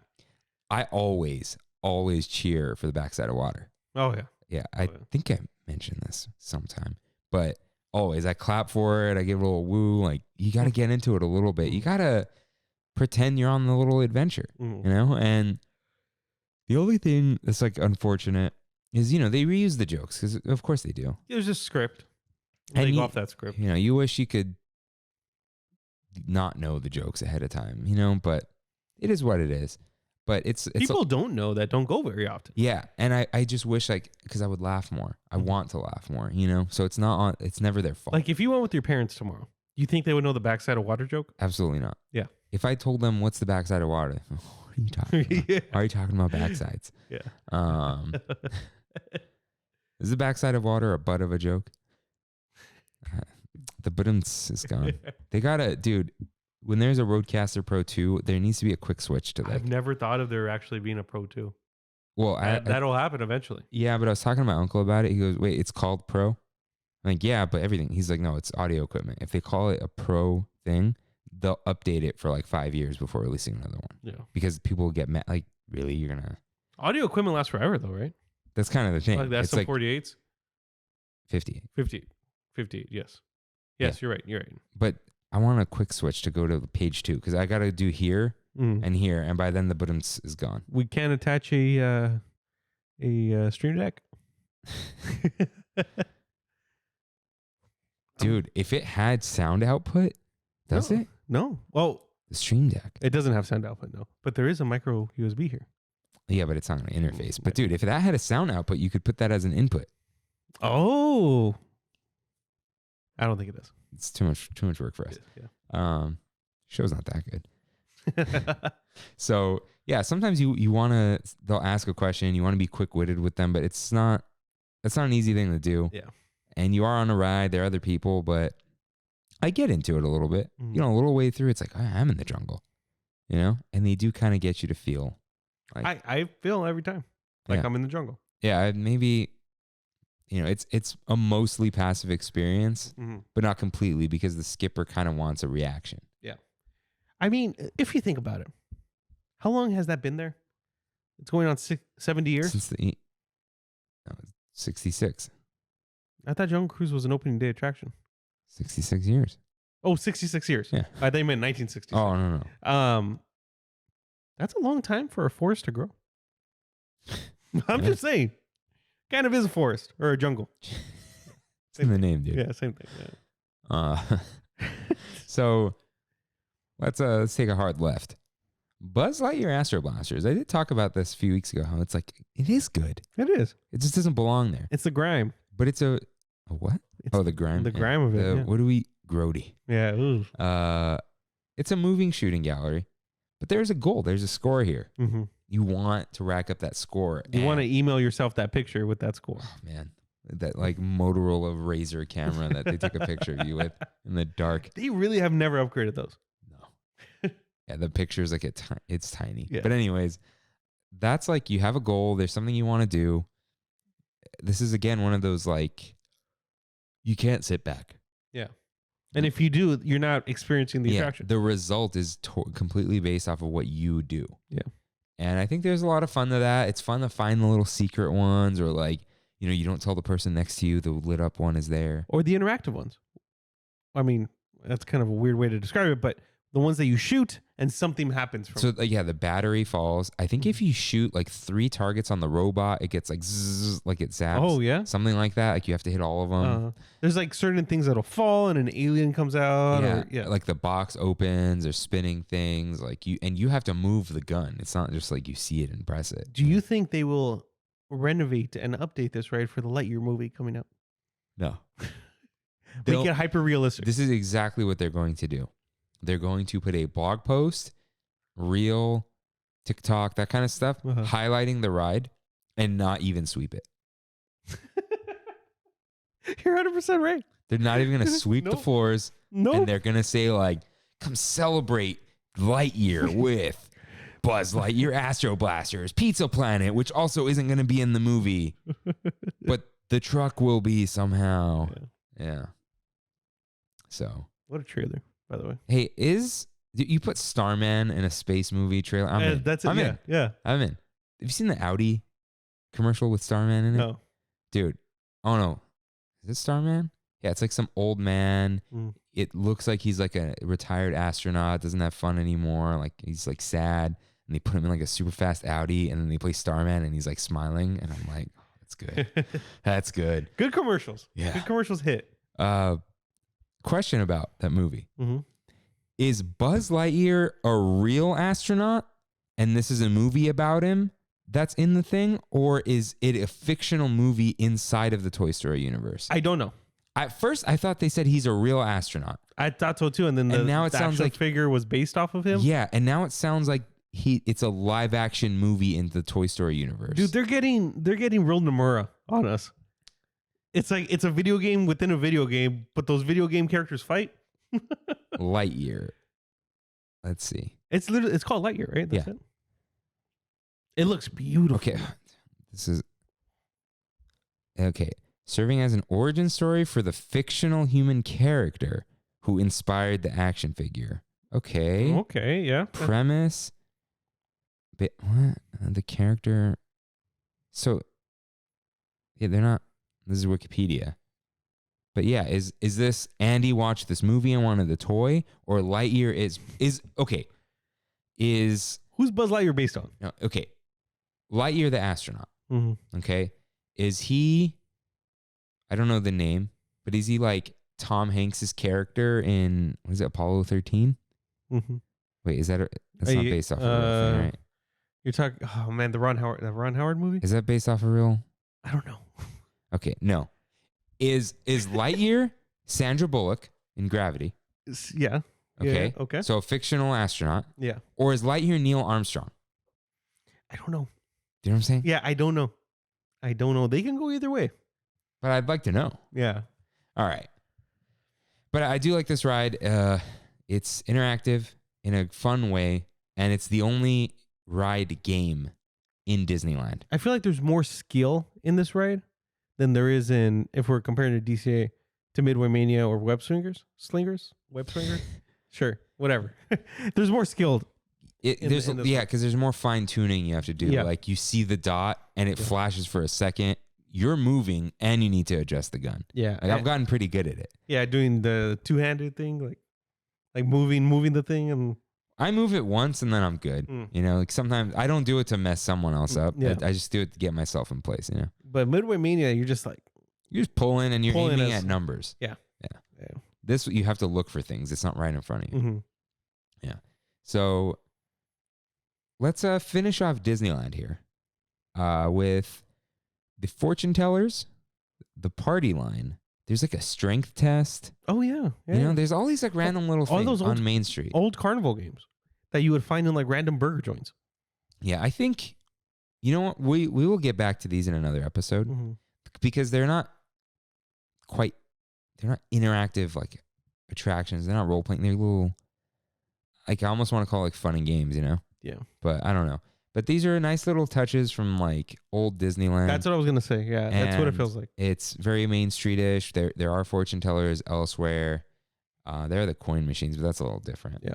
But the party line of the, if you see old school telephones, you know, with the separate mic and ear thing, pick them up. That's all we'll say. Fortune tellers, go ahead, try them out. They're not real, don't you worry. And the strength test, all that, that's fun. There's the organ type looking thing, the music box, weird. Where you put in $1 or whatever, Yeah, and there's the dancing Pinocchio. yeah. There's by Rapunzel. You can turn the little machine to play the song. You know, we'll talk about that one. The Main Street stuff we'll leave for another day. But the one in the Rapunzel area, that adds to the area, I think. Yeah, because there's not much to do there. Yeah, and that's like other people can hear it. You're playing music for everyone. Did you know that her hair lights up? Yeah. I did not know that. I think Kimmy didn't know that. And she loves that area. She loves Tangle. And she's like, what? I'm like, yeah, it's like a little thing. Yeah, because when I was when we were eating the Maurice's treats, all of a sudden I saw it light up and I was like, what? Yeah, a little song plays and all Yeah, that. Kind of like the Pixie Hollow water show. Yeah. Very similar. Yeah, so fun little thing. But again, I'll write an episode with that. I need to explore. Mhm. I need to go to Disneyland And actually look for that. literally look in every corner I possibly can. Yeah. And just write it with like a little notepad or keep notes or something. So before we cross over to California Adventure, let's talk about characters. Okay. Our sore spot on Trammin. Yeah. I still can't. I almost said something to Maleficent. I'm like, it's talking to characters. I mean, you guys did Oogie Boogie Bash. That's one of the main. Yeah, I forgot to post the characters. I'll post them tomorrow. But Kimmy talks to characters. Mm-hmm. And I just let her do her thing. Yeah. You know, I just physically cannot. Yeah. And I'm not shy. It's just like, it's a suspension of disbelief. It's not imagination. Mm-hmm. I mean, it is, but it's not just imagination. Mm-hmm. It's like, you are playing pretend. You're like, hey, this actor is this is a character from a movie. From a fictional piece of work that you've experienced before. Yeah. But you're supposed to believe I can't do it either. Like, you know, that's not Boris in the costume. Yeah. That's Hades. That's the real Hades. I honestly feel like I get more out of like Turtle Talk. That's here too. Yeah. Than I do with the actual character. Because this is like they're walking in the real world. Yeah. They're humans. You see their faces. Yeah. And it's kind of like, what am I gonna? That's the other thing. Like, what am I gonna talk to them about? You know. See, like Donkey in Universal though, I'll talk to that guy. How does that work? Donkey? Yeah. He's kind of like Turtle Talk, but he's an animatronic. But there's like Mr. Potato Head and stuff. Yeah. But somebody's behind him, but he goes off the rails. He goes completely off the rails. He'll talk about anything. The Disneyland layoffs. Wait, what? Yeah, he commented saying, "Yeah, Universal doesn't do that. You know, we're not like those mouse people or something like that." Dude, he's a savage. He'll talk about anyone. Mr. Potato Head, I was like, "Oh, what are you looking at?" Yeah, you. I'm looking at you. Like when you look at him. Yeah. No, you'll have a full conversation. Yeah, I like Mr. Potato Head. Buzz Lightyear doesn't interact; he just talks. Mm-hmm. But that's all on a recording, right? I think Mr. Potato Head's a cast member controlling it. Because he's not always there. Because he looks at you and stuff like that. But yeah, I can't talk to characters. It's just odd to me. It's not odd that people do it. It's odd for me to do. I'm glad that people enjoy. Yeah, it's odd for me to do. Yeah. So I just step back. Like I've taken pictures with them, but even that feels a little odd sometimes. You know. I don't think I ever have. I did. Like, I don't even remember when. Oh, because like a cast member made me do it. Because like one of my friends took a picture. Mm-hmm. And then they were like, "Oh, you go." I'm like, I don't want to take a picture with Edna Mode. Maybe I'll post that picture if I have it. Yeah. Ugh, I didn't like that experience at all. I felt icky. That does feel a little icky. Yeah. Yeah. Well, yeah, it is cool. It is cool seeing the odd ones. I I like the Avengers a little more. Mm-hmm. I don't know why. Maybe because they are just humans. Yeah. I don't talk to they're them. live action people. You know what? Who I might talk to if I did the experience? I forgot to take notes on it. We'll talk about it now. The Doctor Strange show. I have not done it. I think I would because it's a show. Yeah. Hey, we're all part of the show right now. You're supposed to talk to him. Yeah, it's not just like ask random questions. Like he's doing something and asking for, what did you call it? Call and response? Mm-hmm. It's like that a little bit. So maybe I would. I got to do that at some point. It's like one of the only things I haven't done. I still haven't watched the Spider-Man show. Oof. Yeah. Confirmed. There are still characters in Avengers Campus during the day. We're just never there during the day. Yeah. Because I walked through and there's a lot going on there. Like Captain Marvel was there. That's cool. She wasn't in Hollywoodland where her freaking airplane is. And she parked it just like we park our cars at the Mickey and Friends. Sure. Yeah. Sure. I don't know. My mental capacity is like reaching that limit right now, even though we're kind of short still. It's a little early. Yeah. So Animation Academy. The drawing is wonderful. We've talked about this at length. Go do it. It's very fun. It's interactive in a way. You're doing something. You end up with the only free souvenir at Disneyland. You get to show your chops. You get to feel good about like your skills. You are a better artist than you think. Trust me. And it's a lot of fun. I love it. But the building itself has some stuff. Beast Library has a little game, a little quiz. Yeah, it tells you what Disney character you're most like. Yeah, and it could be villain or hero. Mm-hmm. So you choose though. Yeah. To an extent. Yeah. So go ahead and try that out. And that's just in the Animation Academy building. You have to go through Sorcerer's Workshop to get to Beast Library. Which I love. So there you can draw. There's like, you could draw and you put in a little spinny thing. And you look through the little like hole. Yeah. And it animates. It's but so there's cool. little things on the tables that you can spin that have like they're like animation cells. There's the little spinny things on the wall. You can see Peter Pan flying. The only one that I've never really liked or understood is the one where it's supposed to show how cells stack on each other. You know, the one that you're supposed to spin it really fast, and you're supposed to see one picture from it. It's the like orbs that you spin like this. Yeah. I've never really liked those. Yeah, the effect's not that good. Yeah. I think it's too big. Yeah. Like it can't, because it's like such a huge thing to flip, you can't see it spin fast enough. Yeah. Yeah, I get that. But that's a fun little place to go and play around with things. Especially when it's hot. Yeah. Going to Animation Academy is the best. Yeah, so definitely go there. But also in that building is Turtle Talk with Crush. It's mostly for kids. It is pure interaction. Yeah. This is a man. Yeah. Speaking to you. Speaking to children. Yeah. From a little, I guess he probably sees everyone, right? Oh, yeah, for sure. I wonder if it's through a camera or like his actual eyes. I wonder if it's a camera where the kids are standing, so it looks like the kids are looking at him. But this is a lot of fun to watch. I watched this like nothing's a year ago. I'm going to say 3 years ago. I was, Melanie and I dropped by Disneyland, and I think she was like, oh, let's do Turtle Talk. You ever done that? I'm like, no, I have not. So we went and watched that. It was pretty cool. Just like we weren't part of it because we were adults. They picked on me. They did? Yeah, when I was there. I forget what it was. I think it was my glasses at the time or something. But he was picking on me for sure. And I was way in the back. That's cool. Yeah, way in the back, but to the side, like easily accessible to the microphone. So he was talking to me. That's cool. So did you talk back? Yeah, dude, I'm around all these people. Like, I'm not going to be like, you're fake.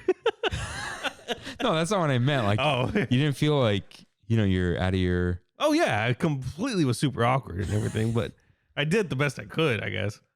You are a podcast host. That's the best part. You talk for hours in front of a camera. That's all good, dude. I don't know what I would be like, though. Yeah. I'm not talking trash. I don't know. I've never been picked on like that. Just imagine somebody being like, you're not the real Crush, like, you're fake. Like, what are you talking about, dude? You've been drinking too much salt water. I could do that. No, I'm kidding. That's all. Even if you don't have kids, just go there. Yeah. Also very cold. Nice. And it's such a fun, unique experience to go watch. Mm-hmm.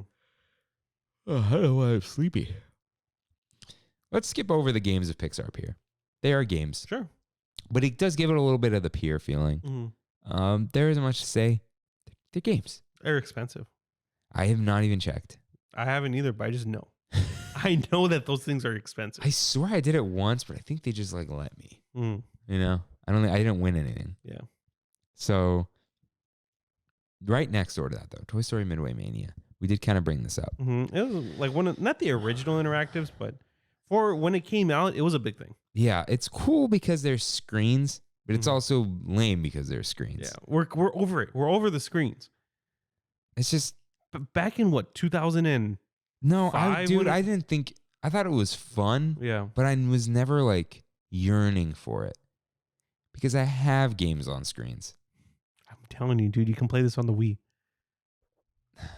That's so funny. Yeah.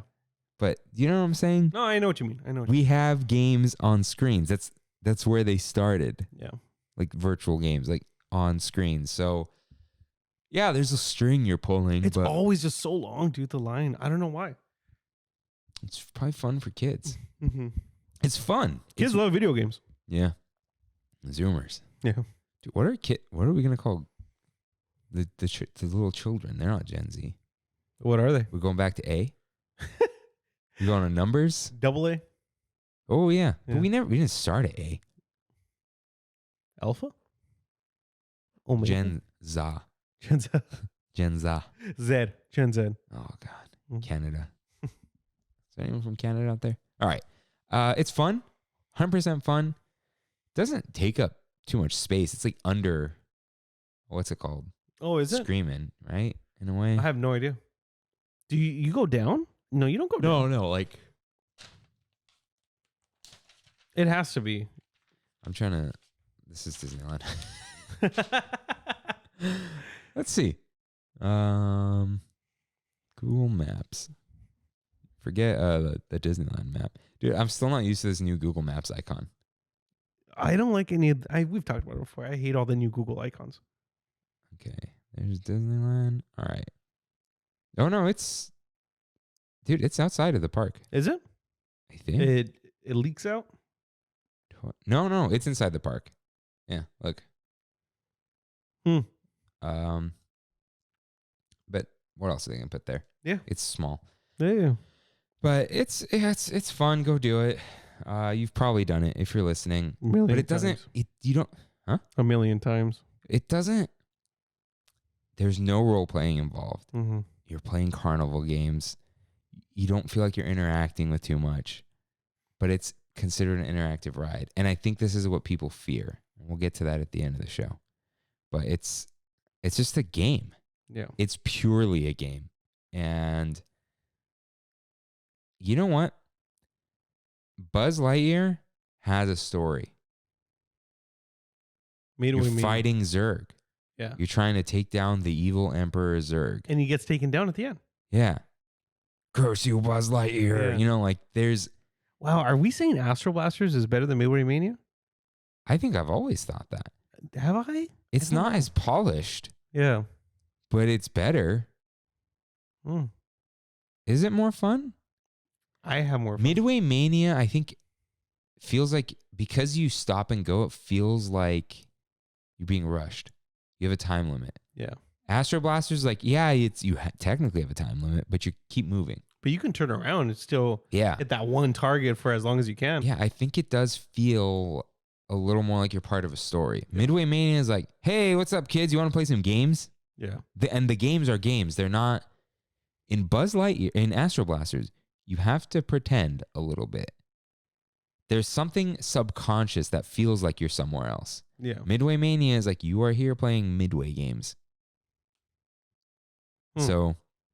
And you're right. It's like, hey, kids, here's a game. Yeah. And here's another game. And here's another game. Yeah, but Yeah. Astro Blasters, you're kind of on a little adventure. Yeah. And Star Command and all that, you know? So I think we cracked it. When was the last time you went to Redwood Creek Challenge Trail? Before the pandemic. You should go back. Yeah, I got to check it out. There's a cave there with like the Brother Bear, like lightning effects and stuff. There's like water. Is there really? Yeah. You put your hand and it's like, zoom, like lightning, and like it talks about a little story and like. Yeah, I got to go back. It's huge, has lots of twists and turns. There's like things to learn. There used to be the, what's the firefinder called? Firefinder. Yeah, it has a name. It's how Firewatch people, Osborne Firefinder, this little device. You would like look at a fire and you could see how far away it is and how big it is and stuff. Oh, really? Yeah. Play Firewatch. Yeah. Walking simulator. Firewatch changed my life. Look at all that over there. I see it. Yeah. So I love this area. There's not zip lines, but kind of, the little ones where you wrap your legs around the little disc. Oh, yeah, and you fly. Like, you get hurt on that thing. There's climbing ropes. You're not climbing, but like, I'm surprised no kids have gotten severely hurt. it's wood chips underneath. Oh. And it's really low to the ground. Yeah. Like if you're not a kid, it hurts to hold your legs up so you don't touch the ground. And the ropes have, like the rope nets have other ones underneath. SeaWorld used to have that, right? Oh, You know what I'm talking about? no. What? I don't, dude. Dude, SeaWorld had like rope nets. I don't know the last time I went to SeaWorld. This was in the 90s. SeaWorld ropes course. I feel like the last time I went to SeaWorld was the last Defunctland episode that he had on SeaWorld. Sandy. Dude, yeah, and it had like bouncy floors and stuff. What? Dude, I had this vivid memory. Weirdest stuff, man. Vivid memory as a child. Bay of Play. Oh my God. How do you remember that? How could you not remember this? Look at that. That's so 90s. Right? Shamu. Yeah, look at this, dude. All ropes and stuff. Wow. But Redwood Creek Challenge Trail, I know it's more immersion, which we had an episode on, episode 70 with Kimmy. But you feel kind of like you're in the woods, climbing around. Yeah. And it's not too interactive. There's something about it. I think because it's active. Quite literally. Yeah. Yeah. And like you can get winded. It's another one of those things. I was thinking about this maybe earlier today. You can't put anything there. And there's a lot of stuff like Golden Zephyr or whatever. I think their problem with you can't put too many things in like where Redwood Creek is, where Goofy Sky School is. You can't put show buildings because there's a freaking hotel there that would just look down at these buildings and it would look ugly. Yeah. So I think that's part of it. But it's a lot of, it feels like exploring. Even if you're not a real explorer or adventuring, especially if you haven't been there too much, it's kind of like a little maze. Not on purpose. It's just like the pathways aren't just square. And the way you walk around there, you're discovering things. It's like, oh, this tree trunk. And it's like you can climb in multiple ways. Yeah, I got to try this. I think what's cool about it is there isn't one way to do it. There's multiple paths, branching paths. That's so cool. Choose your own adventure. Yeah. There's something to deciding where you go next within one area that makes it feel like, again, you have agency over this. You're making a choice and your choices affect your fun. You're role playing in the area. Yeah. And you're not even playing a role completely, but when you have a choice how to enjoy your time, it adds an extra feeling to it. Pirates is always fun and I always love it, but you are always going the same route. You can't go down the other cave, Yeah. And I think that's what's really fun about Redwood Creek. Then we got Web Slingers. It's a game. It's Midway Mania with your hands. Connect. Yeah. Xbox Connect. Connectimals. I went on it during Oogie Boogie. Was that only the last episode? Yeah. Jeez. Yeah, there's a standby for it, right? Yeah. Dude, the other night, I don't know if I've been on an episode where I talked about going to Gabriel last, but we were in Disneyland at Hungry Bear, and I noticed on the app there was a standby available for web slingers. And it's like, Gabriel had never been on it. He's like, let's go. But DCA was closing in 10 minutes, and we were at Hungry Bear. Oh yeah. Yeah, no way. You weren't getting in. I wonder if that's why they did it. I don't know. Maybe. Yeah, if they ran out of spots for the like, they went through all the boarding groups and Yeah. still open. Yeah, standby, whatever. So that does not feel like role playing at all. No. It's like, oh, you're gonna save Avengers Campus. It's like I was just there. It was fine. Yeah. I don't know, and I want to like it. I do like it. I want to be immersed in it, and it just Something about it. because you're being flung in front of a screen. Mm. There's no Nice looking screens. Don't get me wrong. But the 3D effect is very good. Lots of depth. There's still a screen. There's still screens. They're a little bigger, but it's like, Yeah. And you're not at each screen long enough to feel anything. You can't look around because your score is going to be low. Yeah. It's almost like it would have been better if there was an objective instead of a score. It's like, oh, kill the spider. It's like, yeah, well, we're going to do that. Yeah, like the big spider was the boss battle. Like Yeah, it kind of is. It but doesn't matter what you do because Spider-Man wraps him up at the end anyway. Yeah. So it doesn't, you don't feel like you don't feel like you're Spider-Man. And someone brought this up a long time ago. The number one thing about Spider-Man is not shooting webs. It's not slinging webs. Swinging from webs. And you are not swinging around on that ride. Yeah. You are sitting there. That's hard to do though. In a ride, like I don't know. Yeah, it would have to be like Soren or something. But you know what is good though, and who did it really well was the Universal ride. how does that work? Have you been? I'm not going to go. So just You haven't been on Transformers, huh? no. See, the thing is, it's like if I explain it, it sounds bad. Just tell me. It's you go to a screen, something happens, and you go to another screen, something happens. But are you moving? You're moving. It's like a I'm like a motion sim? no. Do you feel like you're swinging? At one point you do. Are you moving when you feel like Yes. that? Yeah. And there is none of that. Yeah. That's the problem with this ride. You don't feel like Spider-Man. You feel like they put the web guns on your hands. Yeah. So, also one thing I really loved about the Sam Raimi movies, he's mutated and webs come out of his hands. They're not canisters. Yeah, I don't like the canister thing. But it's like that's the OG Spider-Man is a canister. Yeah, but then like what are his powers? Strength and sticky fingers? the Spidey sense. Spidey sense is the main power. Yeah. You know, I don't like Spider-Man that much. No? No. I like him. He just never did it for me. But Spider-Man 2, Sam Raimi, Great movie. best Spider-Man movie. Have you seen Evil Dead? No. No? Great movie. Sam Raimi. So this is part of my We Have It So Good, but it's definitely part of this now. I mean, I wrote it here. And I was wrong. So Pirate's Lair on Tom Sawyer Island. Tom Sawyer's Island, yes. Yes. So I went this weekend. I spent probably over an hour there. Wow. And How many times did you circle it? that's the thing. You don't just circle it. There's so many paths. I definitely missed the cave. You can't keep track. And I think that's what's so great in it. You get lost on Tom Sawyer's Island. So I got there around 11:20 and I was there about an hour, let's say. So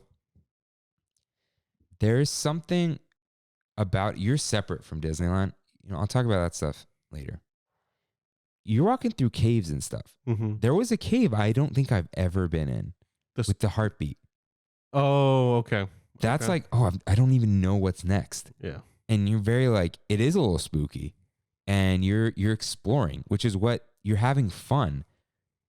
And that's what Tom Sawyer does on his island. Mm. He's just having fun, messing around, just seeing what's around the corner. Yeah. You know, what's around the river bend. And like, you're looking around, walking around, and like, it's almost because nothing is happening, you have to make your own fun. Mm. But it's not work. Some people, their criticism of Astro Blasters, Millennium Falcon, Midway Mania, Web Slingers, you have to work. Otherwise, it's not fun. Yeah, you're walking, Tom Sawyer's. Yeah. It's not work, but it's not passive either. If you just sit around, I mean, it's very nice if you just sit around. Mm-hmm. But if you just sit around, nothing happens. but you go climbing through the caves. You go up the pirate ship. You can find some cool You stuff. go down underneath the thing. You go to the fort. yeah. You split at the path in the cave and scare Kimmy.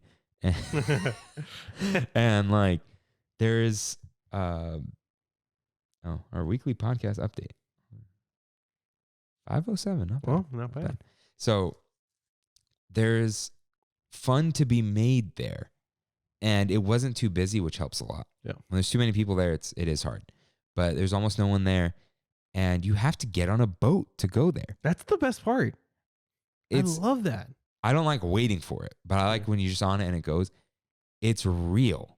Mm-hmm. You're on a boat. You have to be transported. Yeah. You have to get on a boat to go to an island, and you're in right there. Yeah. There's some magic in that.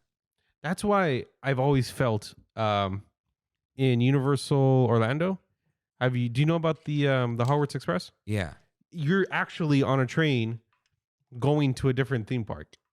Even though I'm sure it's like the timing is stretched. Yeah. Like there's different tricks in there, but you're actually being transported to a different part of Harry Potter world. That idea is yeah, so because cool. you go from Universal Studios to Islands of Adventure, right? And one is Hogsmeade and the other one's Diagon Alley. Yeah. Wait, what do you mean? If you get on the train in Hogsmeade, you go to Diagon Alley. Oh, you can't. Oh. But it's like you're park hopping, but those sections are in two different I parks. did not know that. Yeah. Oh, I thought it was just you're at King's Cross in Universal, and then both of them are in Islands of Adventure. You know what? You may be right. I could have sworn it was Hogsmeade to. No, it's King's Cross because is platform 9 3/4 there? I'm looking this up. Yeah, you could continue. Let's continue. No, I want to. Okay, so King's Cross is a real train station in London. Yeah. And there's platform 9 and platform 10. And between them is platform 9 3/4. Yeah. And that's how Harry gets to Hogwarts. That's how everyone gets to Hogwarts from London. Oh, I think I'm right. It says travel between King's Cross Station in the London area of Universal Studios, Florida, and Hogsmeade Station, Universal Islands of Adventure. Yeah, and then I assume you just walk to Diagon Alley. Oh, okay. There's probably some trick or something because they're not connected. Diagon Alley is nowhere near Hogwarts, I think. Oh no, no, it's near. I don't know if it's ever specified where it is. Yeah, but you get. Oh, you're saying in the movies? Yeah, you get through there in the books. In the books, yeah. With flue powder through a. Are you talking about the there's the brick. Oh, there's the brick wall behind the bar. That's another way to get there, but I don't know where that's. That was like a bar, a wizard's bar, but that was in the Muggle world still. Was it? Yeah. Yeah, or you can get there by flue powder, which is you throw powder in a fireplace and say where you want to go. And he says diagonally. Yeah, and somehow ends up in. What is it? What's next to Diagon Alley? I don't know. I don't know what it's called. It's just the grimy area. Where does Harry go? Diagon. Where does Harry go instead of Diagon Alley? Nocturne Alley. Nocturne Alley. That's a bit of trivia for you. Yeah. Wow. So, yeah, Tom Sawyer's Island is. I think go in the morning. Mm-hmm. I know that rides are in the morning. Rides started filling up just because Disneyland is just still bonkers. But in the morning, not too many people there. The weather was cool, but the sun was out. It was beautiful. I highly recommend it because you will feel like you are exploring a little island. You want to role play a little bit. You're not fully in RP mode. Like we weren't doing that. We weren't like, oh, let's go explore. Like no. We're just like Tom Sawyer and Huck Finn. Yeah. I don't know. I call the character that doesn't say the N-word. Or do they? I'm sure they do both too. Yeah. But anyways, yeah, it's not necessarily role playing. There are interactive things with the pirate stuff. But like you walk over a bridge that can sink into the water, and you can get wet, and it's like something you are doing affects what happens to you. Yeah. You know? Or you're going to the cage with the bones. Like, even if there's nothing happening, And it's still really cool to be caves- inside of it. Well, they said it was funny that they said this on the raft, but they said they had a cute little word for kids. I don't think it was little ones, but they're like, watch your little ones. Caves have multiple exits. Mm. So you can end up in a different part of the cave. You without, can get bamboozled Yeah. by your kid, yeah. So it's, and even like we were on there and some kid was like, is there anything down there? I'm like, oh, there's another cave. And then I hear him go, we've already been, oh, this is a new cave. Like, like Yeah, you're cool. exploring and it's a very unique experience that I was never mad about it, but I understand it even more now. Yeah. But at time of day really affects it. When it's I'm hot and you're stuck waiting in line trying to get out of there, you're stuck. Yeah. You're stuck on an island with Josh Hutcherson. Have you seen that video? No. It's a Jenny Nicholson. Is that her name? Who's that? That YouTuber?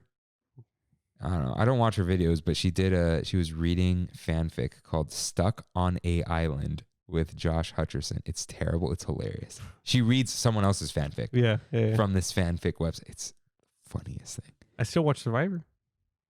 Carrie and I were talking about Survivor and how Jeff Probst is a real one. He really is. He's the best.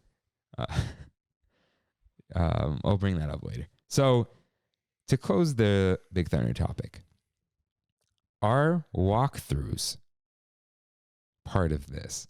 Bakery Tour, Sleeping Beauty's Castle, Chippendale's Treehouse, Toontown houses, Tarzan's Treehouse. Like, are they interactive at all? Are they just active, but not the type of act? Like, they're walkthroughs. This doesn't.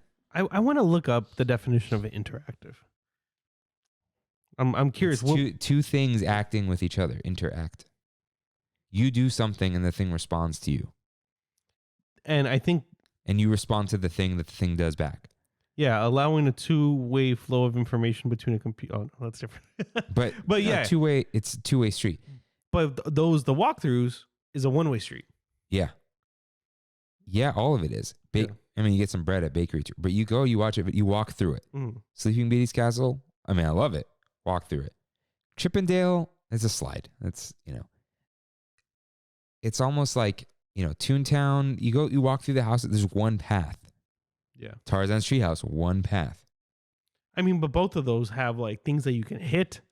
You know what? You're right. The end of, you're right there. I totally forgot.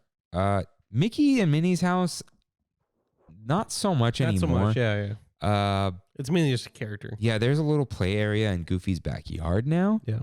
But the trolley doesn't move.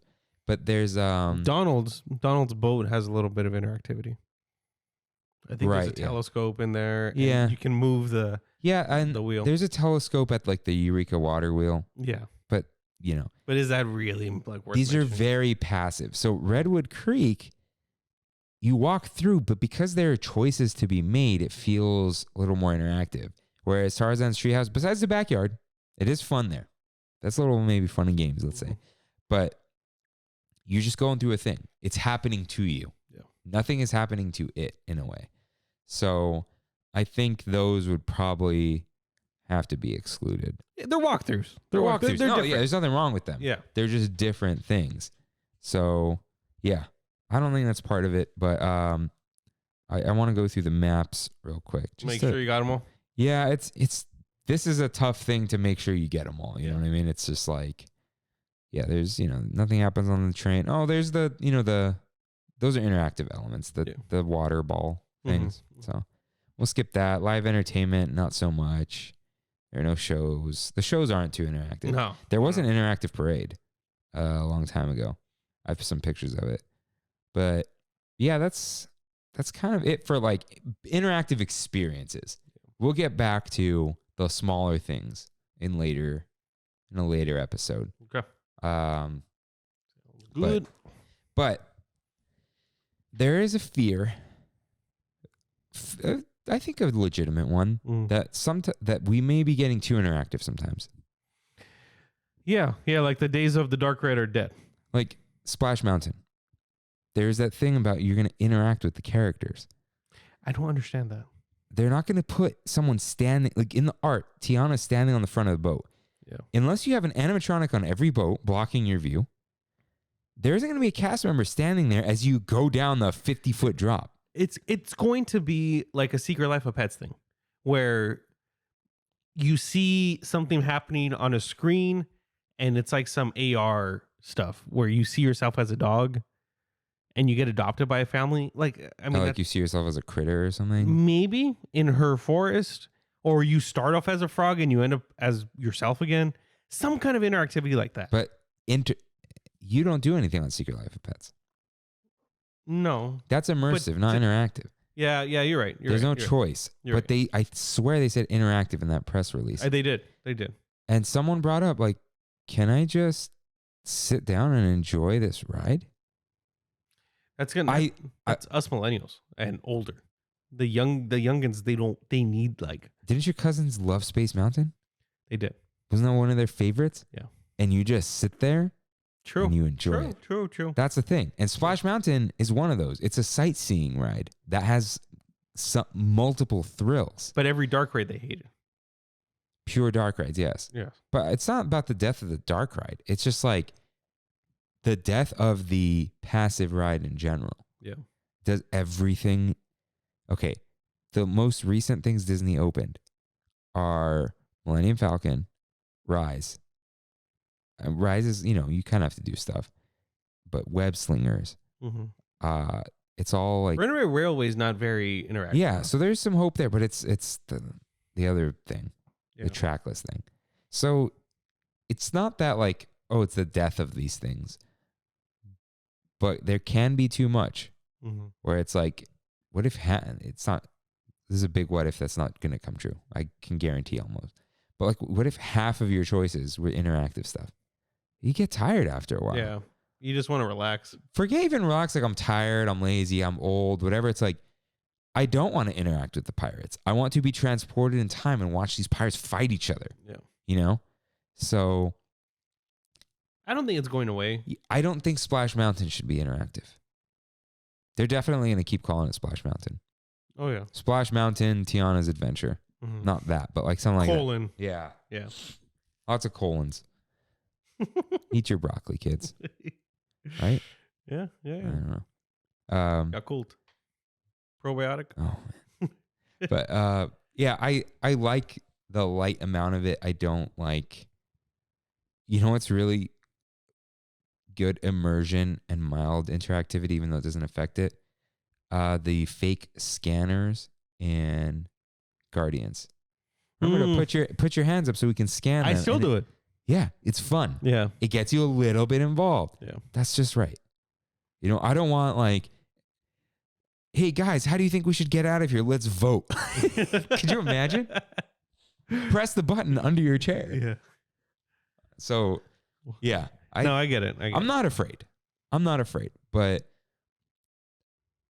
I don't want another Web Slingers, man. That's a dud. It was. Compared to... You think they'll take it out? No.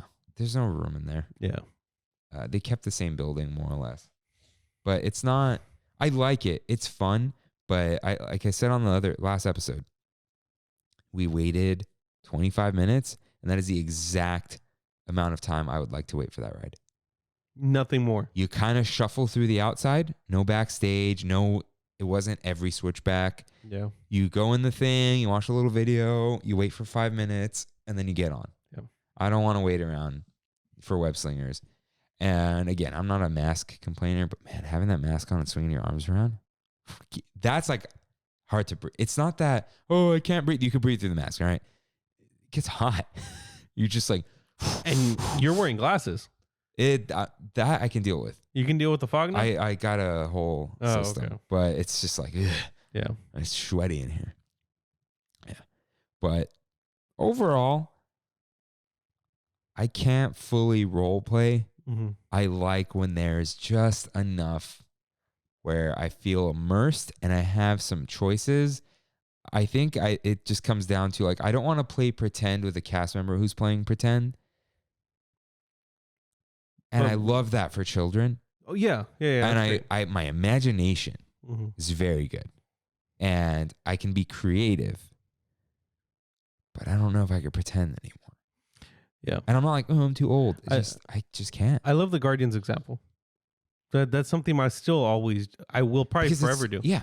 Like Millennium Falcon, you're kind of pretending. Yeah. You're just a little bit like, yeah, let's have fun, guys. Yeah, that's the one thing. Like when I mean, I guess we did it too, but like when kids play video games and they're playing it and they're just cheesing the whole thing and like glitching and stuff. Where's the fun in that? I guess that's their version of fun or whatever. But I want to be part of this world. I want to live in this thing. I have never played Super Smash Online. You know? No, because 90% of the fun of Super Smash is yelling at the people next to you on the couch. Yeah. When they get you, it's like, oh, no. Like Mario Party. Yeah. Yeah. That's part of the fun. Yeah, I won't play Mario Party by myself. No way. Yeah, I don't play Smash on my own. Dude, I tried Sora. I haven't used them because no one's been here. Yeah. So. Go quick round. We got stuff to move, dude. Yeah. Boxes, and I got to bring a chair. So yeah, there's a certain level of what's like the line? You're not pretending. You're playing along.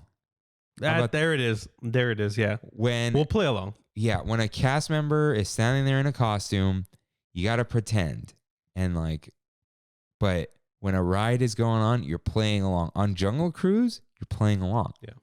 They made a lame joke, ha ha ha, or where it says they tell you to duck. I duck. Mm-hmm. Not out of fear. I know what's going to happen, but it's fun because you're playing, the backside of water. It's like, playing along.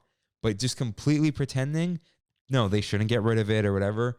Just not for us. That's where my line is drawn. Yeah. I'm not like, oh, I won't do that. I can't, kind of. Like, it's not something I'm able to do. And I kind of wish I was, talk to characters and whatever. But I'm glad people do it. It's just, playing along. I like that. That's what. Maybe that's what this episode should have been called. Yeah. Oh, well. It is what it is. Yeah. Can we change it? I'm trying to read. No, we're leaving it. We're leaving because it's a lot of interactive stuff. You're not playing along with Davy Crockett. Yeah. You're on a canoe. Yeah. You're not playing along. It's real. Okay. So, have you watched any movies? No. Oh.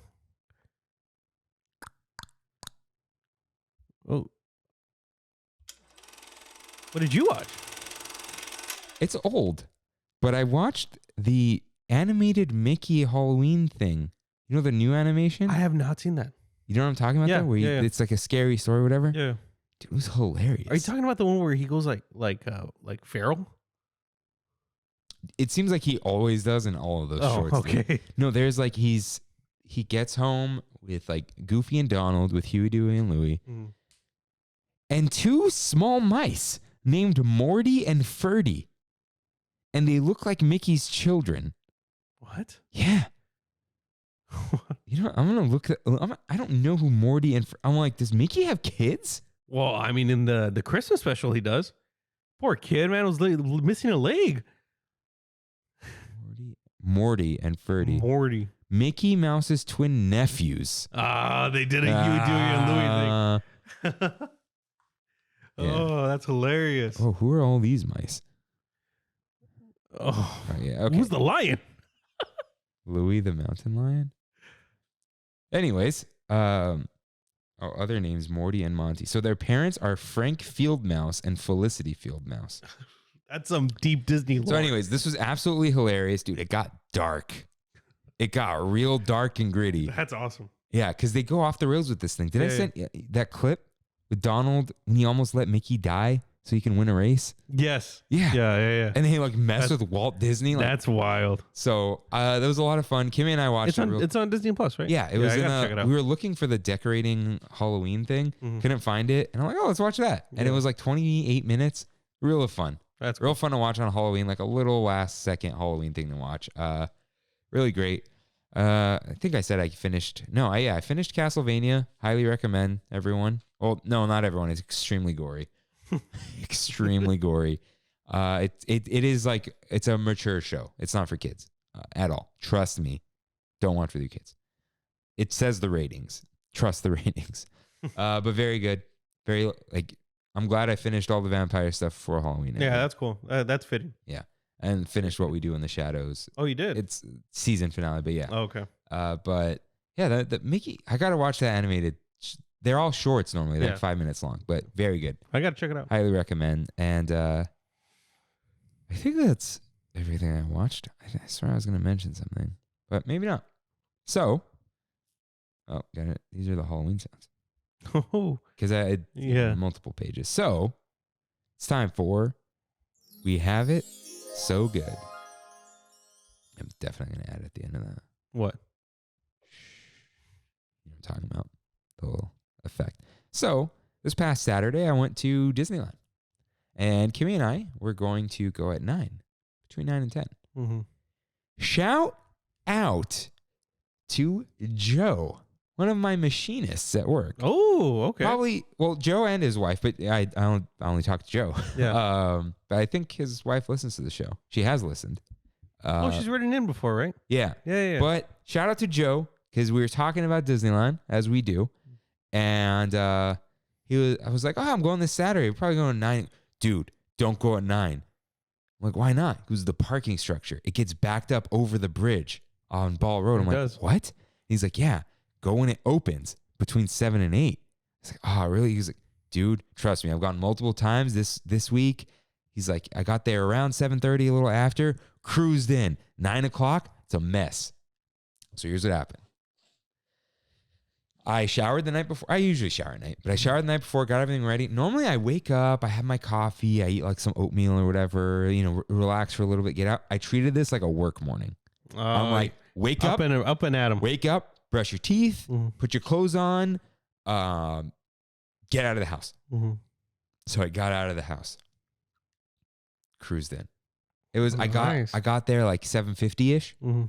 Dude, cruised in. They pushed me to Pixar. It was so weird seeing Donald empty. You couldn't park in Donald.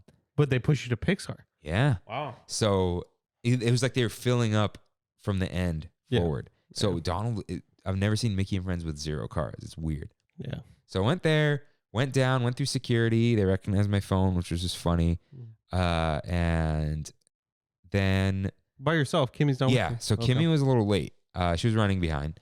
And so I just walked into Disneyland and all good? Yeah. Oh, yeah, you probably ran over the lightning cable. I think so. Yeah. So I just relaxed. I sat on a bench in front of in between the castle and the Matterhorn so I could look at both. Just in their beauty. Did you get the chimney? The breakfast chimney? Hold on. Oh, sorry. Sorry. So I just sat there alone, just chilling. Mm-hmm. And that's where I took that picture. I tested out the wide angle camera on my phone. How do you like it? It's a wide angle camera. Dude, I kind of get it with my ultra old phone. wide angle. You only need one camera. How often are you zooming in? And how often I do use the ultra wide version. I use the ultra wide to send you that picture of my breakfast because Yeah. it was this close to me and it was just like zoomed out. So you get, look at that. Nice wide angle. But that's where I sat. So you just get all that in view. Yeah. And so waiting around and Kimmy's like, I just go on a ride. Like it's, there's, because I was like, oh, I'll get coffee. And she's like, no, she was still parking or something. And she's like, oh, go on a ride. The wait times are short. And then I saw that she was, so she walked the bridge and thought she'll go through downtown Disney and take the monorail in. Mhm. The hotel line, the hotel guests are trying to get in through the same entrance at downtown Disney because you can't enter at the parking lot side. You have to enter where the hat is. Yeah, So yeah. she was like, oh, this is a long line. So I thought, I'm going to surprise her. I got on the monorail and hit it out. Mm. Yeah, there's no line. Mm. The monorail rolled up, and I was, I think, the only person who got on there. So I had the whole cabin to myself. That's so the cool. picture I posted. Yeah. So I used the wide angle there for sure. So I was just cruising in the monorail. I'm like, I don't need to wear this mask. No one's here, but I left it on. I'm like, their camera's pointing at you. Yeah. So got on, and she said like, oh, it's actually short. I'm gonna get in soon. And I sent her a picture, and then I deleted it because you could delete on Signal in like a 2-minute window. That's so cool. So That's so cool. deleted I wish it. I had that. I got off the monorail, ran down the stairs, and I see her like looking around. She didn't know I was coming. And then she sees me. She's like, what? I'm like, gotcha. And then she's like, oh, how is it up there? Is it busy? Do we have to walk? I'm like, no, there's like no one there. So we went back on the monorail. Perfect. Yeah. Wow. So I did kind of a round trip, and it was nice to just chill on the monorail. The first ride of the day because there's no tram. But here's the thing: there was traffic for her to try to park, just like Joe said, and she was. What time is this? Around 9. And here, let me actually have a picture. It'll be a better. Yeah. So like 9 exact. So she didn't have too much traffic, but like I had 0. But we basically got on the monorail at 9. Okay. There was no one in the monorail line at 9, but you will have to deal with the hotel stuff. So keep that in mind. However, on the monorail, passed over the Esplanade, and the lines to get into Disneyland were quite long. So we avoided that. Those are way long. I had to wait like 2 minutes to get in the morning. That looked like a maybe 10-minute wait. Okay. Maybe 5 to 10, but still like long lines. It's but annoying. You guys are already in Disneyland. You're on the monorail. We passed over it like, we're skipping all that. Oh, nice. Like haha. Yeah. Yeah. And so skipped over that. And we were in Tomorrowland, and we went straight to Frontierland to get, we actually walked through Main Street because it was like, I'm not going all the way around to get the breakfast chimichanga. Nice. So she wasn't sure if she was going to like it. So we got one and split it. And then we ended up getting another one. It's good? It's very good. It is fried. Yeah. It's a little burnt, but in a good way. But I think there's enough meat and not enough. It's mostly egg and bread. Some potato, not too much bacon, more sausage, which is like whatever. Yeah, I'm not a sausage guy. Yeah. There is a veggie one where it's potato, egg, cheese, cauliflower, onion, and cilantro. We didn't get that. So we just got 2 of them. It's really good with the salsa. It was very good, but it wasn't life-changing. Okay. You know what? It's funny. There was someone behind us, and she goes, and we ate it up top over there because there's no one there. This girl goes, it's not bad, but it's not life-changing. And that's where I was like, she's exactly right. Like, it was good. It was probably because we split it, and I'm like, maybe I'll get something else from like Red Rose or whatever. I'm like, no, this is the best thing here. Yeah. Like, probably best breakfast item because I don't want the breakfast Ronto. And I would have, there's that breakfast burrito in DCA at the Joffrey cart, but we couldn't go to DCA yet because you can't. Oh, the chorizo burrito? Yeah. Yeah. So it's very good. If you haven't tried it, go ahead. So here's the other funny thing. Where did we go? We walked around somewhere else and we rolled back to Frontierland. And there's a long line for the chimneys. Like, I walked up and bought it. And then there was a line like 20 people deep way later. Wow. Like around 10 when all the people from the front gate made their way in. So look, if you're going at 9, go at 8. If that 1 hour, just do it. That's some pretty good advice. I think I'm going to take that. Like, dude, you're going to be up early anyway. Yeah. Well, dude, you're going to live right there. Yeah. So once your bed gets in. Bed's already in. Oh, right. Everything. Yeah. He's got to paint. Right. It's okay. Breathe in the fumes a bit. But so we're just doing highlights, right? So we went to Tom Sawyer's Island, and I talked about most of it. There was a good while that there was a little fake crate, and we sat in front of where the Splash Mountain comes down, and it's my wallpaper right now. Oh, that was Disneyland? Dude, your wallpaper? That's oh wow, Splash back there. Let me show you this picture.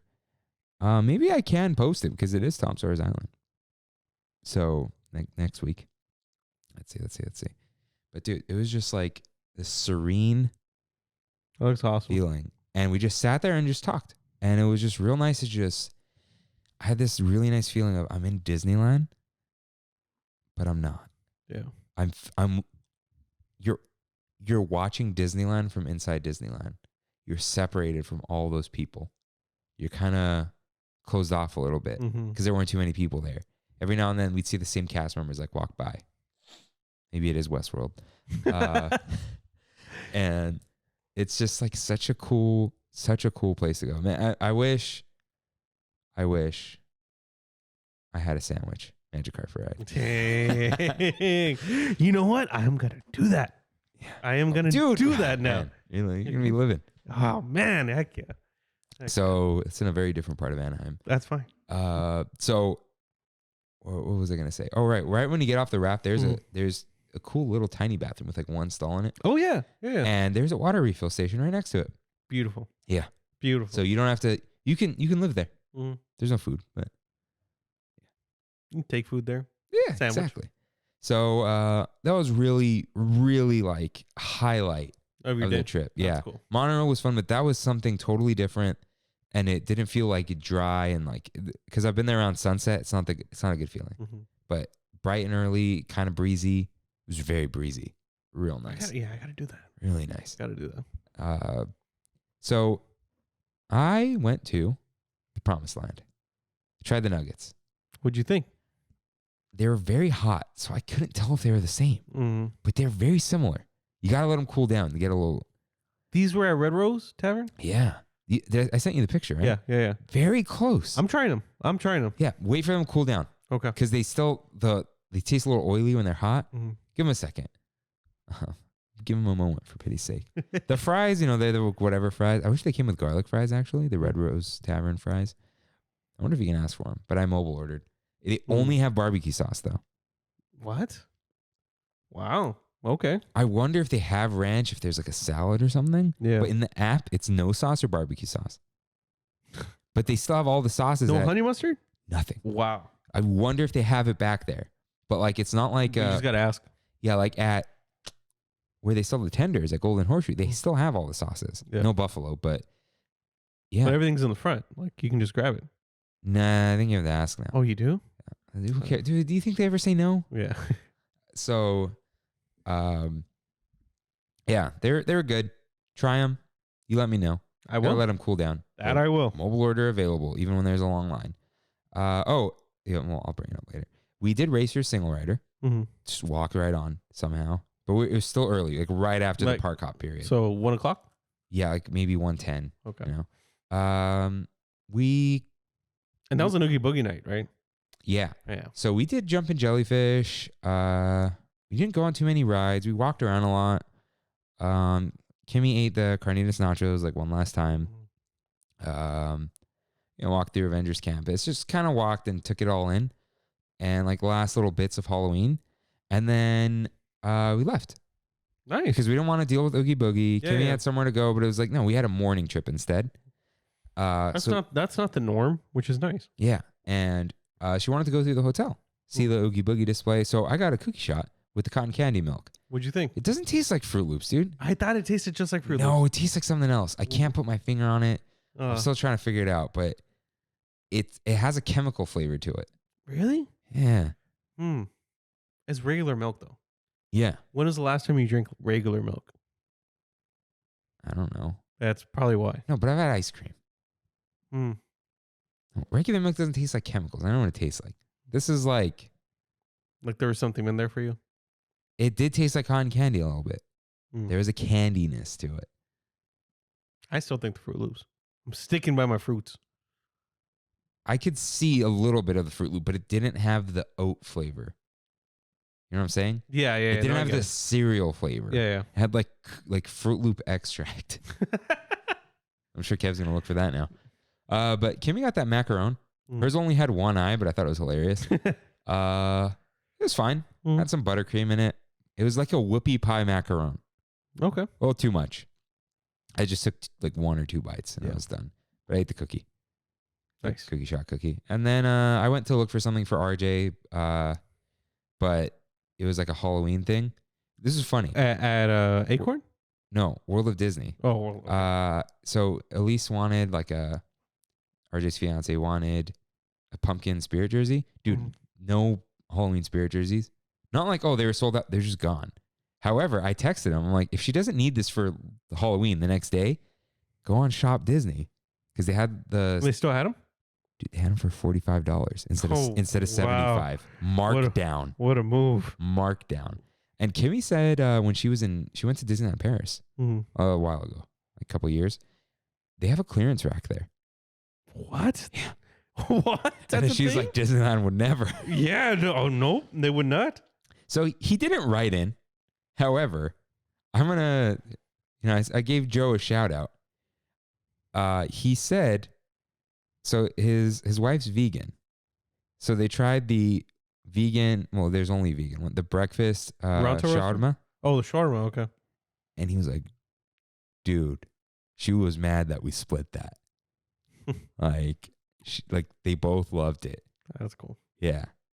And like, we were kind of like that with the chimichanga, and that's why we got another one. We're like, no, we don't. We both need the whole thing. Yeah. Like, he was like, dude, and the dipping sauce and all that. He was like, so good. And he doesn't like vegan food. And he was like, dude, this was great. And breakfast sausage, it just tastes like spices. He's like, dude, it was a little bit like what do you call it? Like the McGriddle. What? Yeah. Wow. Because that whole thing's fake. Yeah. But I'm gonna say he wrote in and we have it so good. They tried the vegan stuff. Shout out to the vegan stuff. Yeah. Because it's I'm getting glad a lot that better. all like the falafel. It's so good. That thing's so good. So good. Yeah. You haven't been, so No, I haven't. you miss anything? What do you miss? Well, I did. I don't know if I talked about that time I went with Gabriel. You might have. I might have. What did you guys do? Brandy and I met up with Gabriel, Melissa, and the whole fam. There was like 16 people or something. Yeah. Right? Yeah. I did talk about it? Yeah. Okay. Okay. What do you miss about Disneyland? To tell you the truth, right now, the food. Yeah, all this food, the breakfast chimney you're talking about, the vegan like breakfast at Disneyland. That's what I miss. I did not mention before the breakfast chimney. Oh, no. After. Went to Starbucks. Yeah, I was thinking, I'm like, he Dude, had to have a Starbucks in there. Forgot to say, brutal line. Over 20 minutes. Jeez. Just waiting. It wrapped all the way around inside and it went outside along the wall. Brutal, but I was dying. I needed it. And while I was there, I'm like, give me that pumpkin scone. I love that thing. I haven't had one this year. And dude, it was moist. I gotta Normally, try. it's a little dry. Yeah. Dude, the frosting, it's like not cream cheese, but like icing. Like, man, I don't know if it's still around. I think so. PSLs, they go up until Do they? to January, don't they? I don't know. You know what? They don't. You got like 2 days, dude. November 4th or 5th. That's right. Bree wrote in. Colin's wife. That's right. That's right. Yeah. I did see. That's what they were She's talking about? So she wrote in. Oh. So she was like, because she's like, oh, I agree with the music. Even Starbucks gives you 4 days. I'm like, oh, is that what it is? 4 days?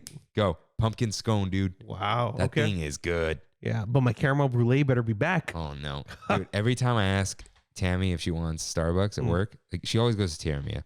I'm like, you just waiting for caramel brulee. She's like, yep. Delicious. So, speaking of food, it's time for one last bite. What is the best food you ate either in the last week or 2 weeks? Yeah, because it's been a couple weeks. You know what? I'm going to give a quick shout out to the sliders at the Yard House. The Yard House? Yeah, the Yard House. It's just It's just Yard House. But the sliders there, delicious, dude. It's an appetizer, but it comes with fries, weirdly like a meal. no, you can get it as an entree. Oh, can you? Kind of, yeah. I don't know. But Like the slider trio, right? Yeah. Yeah. Chicken and nachos there are very good. are they? Yeah, and Yeah. the pineapple mule, the Hawaiian mule. Mm. Okay, sorry. Go ahead. I also had I went to the Anaheim Packing House right by Disneyland, so it might be a good place for you guys to go try. They had a noodle place in there. I forget what it's called, but they had anti-gravity noodles. Have you seen these? Are they on the banana hanger thing? Oh, yeah. Yeah, and there's not banana hanger. I know, yeah. Yeah, it's just like a straw with some jicama on the bottom. Really good though, delicious. They cool them down a little bit for you. I also, let's see, and then the best food was that sandwich at Mendocino Farms. Which one was this? It just came out. It looks similar to the other two. Yeah, it's a steak and bacon sandwich. Why do they call it like steakin'? Or the Steak and bacon. steak and bacon chimichurri sandwich. Oh, chimichurri's good. Yeah, I love chimichurri. So I was like, and it has like roasted tomatoes in there. Oh, The chimichurri. I had herb aioli, and I was okay with that. I'm learning. you know what though? Aioli, it's mayo, but it's not eggy. It's sour. Yeah. It's pungent. So it's a little I bit think better it's for me. just tasting liquid egg is weird for people. Yeah. Which I get. And grilled onions in it, and it was delicious. Nice. And the couscous is great as always. You gotta try the potato salad, dude. Yeah. It's vegan. Yeah, it's the mustard based one, right? It's I like think it is. Chipotle. Oh, it's Yeah, Chipotle dude, based. Okay. it's so good. Hmm. They have a small serving of it too. Yeah, Like I've seen it's it. a decent size. Yeah, because potatoes are filling. Best sweet? The best sweet. I am. Oh wait, was that you said that was a shout out? Oh no. No, that was my Yeah. number one. Yeah. Okay.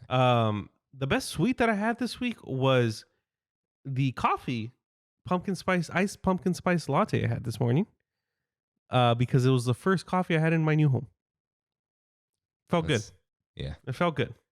Yeah. You sent me that little picture. It was. I felt good. Yeah. Yeah. It's the morning. The sun's coming through. I had my little breakfast nook set up and stuff. So yeah, it was really fun. It was really good. What about you? So absolute best food. Kimmy and I went to Thai Dara 2 in San Clemente. Thai food place? Yeah. So we've gone to the original one in Dana Point. They're literally 2 miles away from each other or something. So I got pineapple fried rice. It's one of my favorite Thai things, but you go Thai, you want thick noodles. Yeah. But I'm like, I want the pineapple fried rice. So there's that picture I sent you. Dude, it's like rice with so much turmeric that it can stain your fingers if you touch it. So good. In like a plate that was shaped like a leaf? Yeah, like really a, cool. like normally they serve it in a pineapple. I'm like, that's stupid. I don't care. It had chopped up pineapples in it, like warm but good. The fried rice that wasn't like too sweet. It was like turmeric, like a curry like, but not curry. Yeah. With I got it with beef, and it's they put the little grilled tomato on the side or whatever.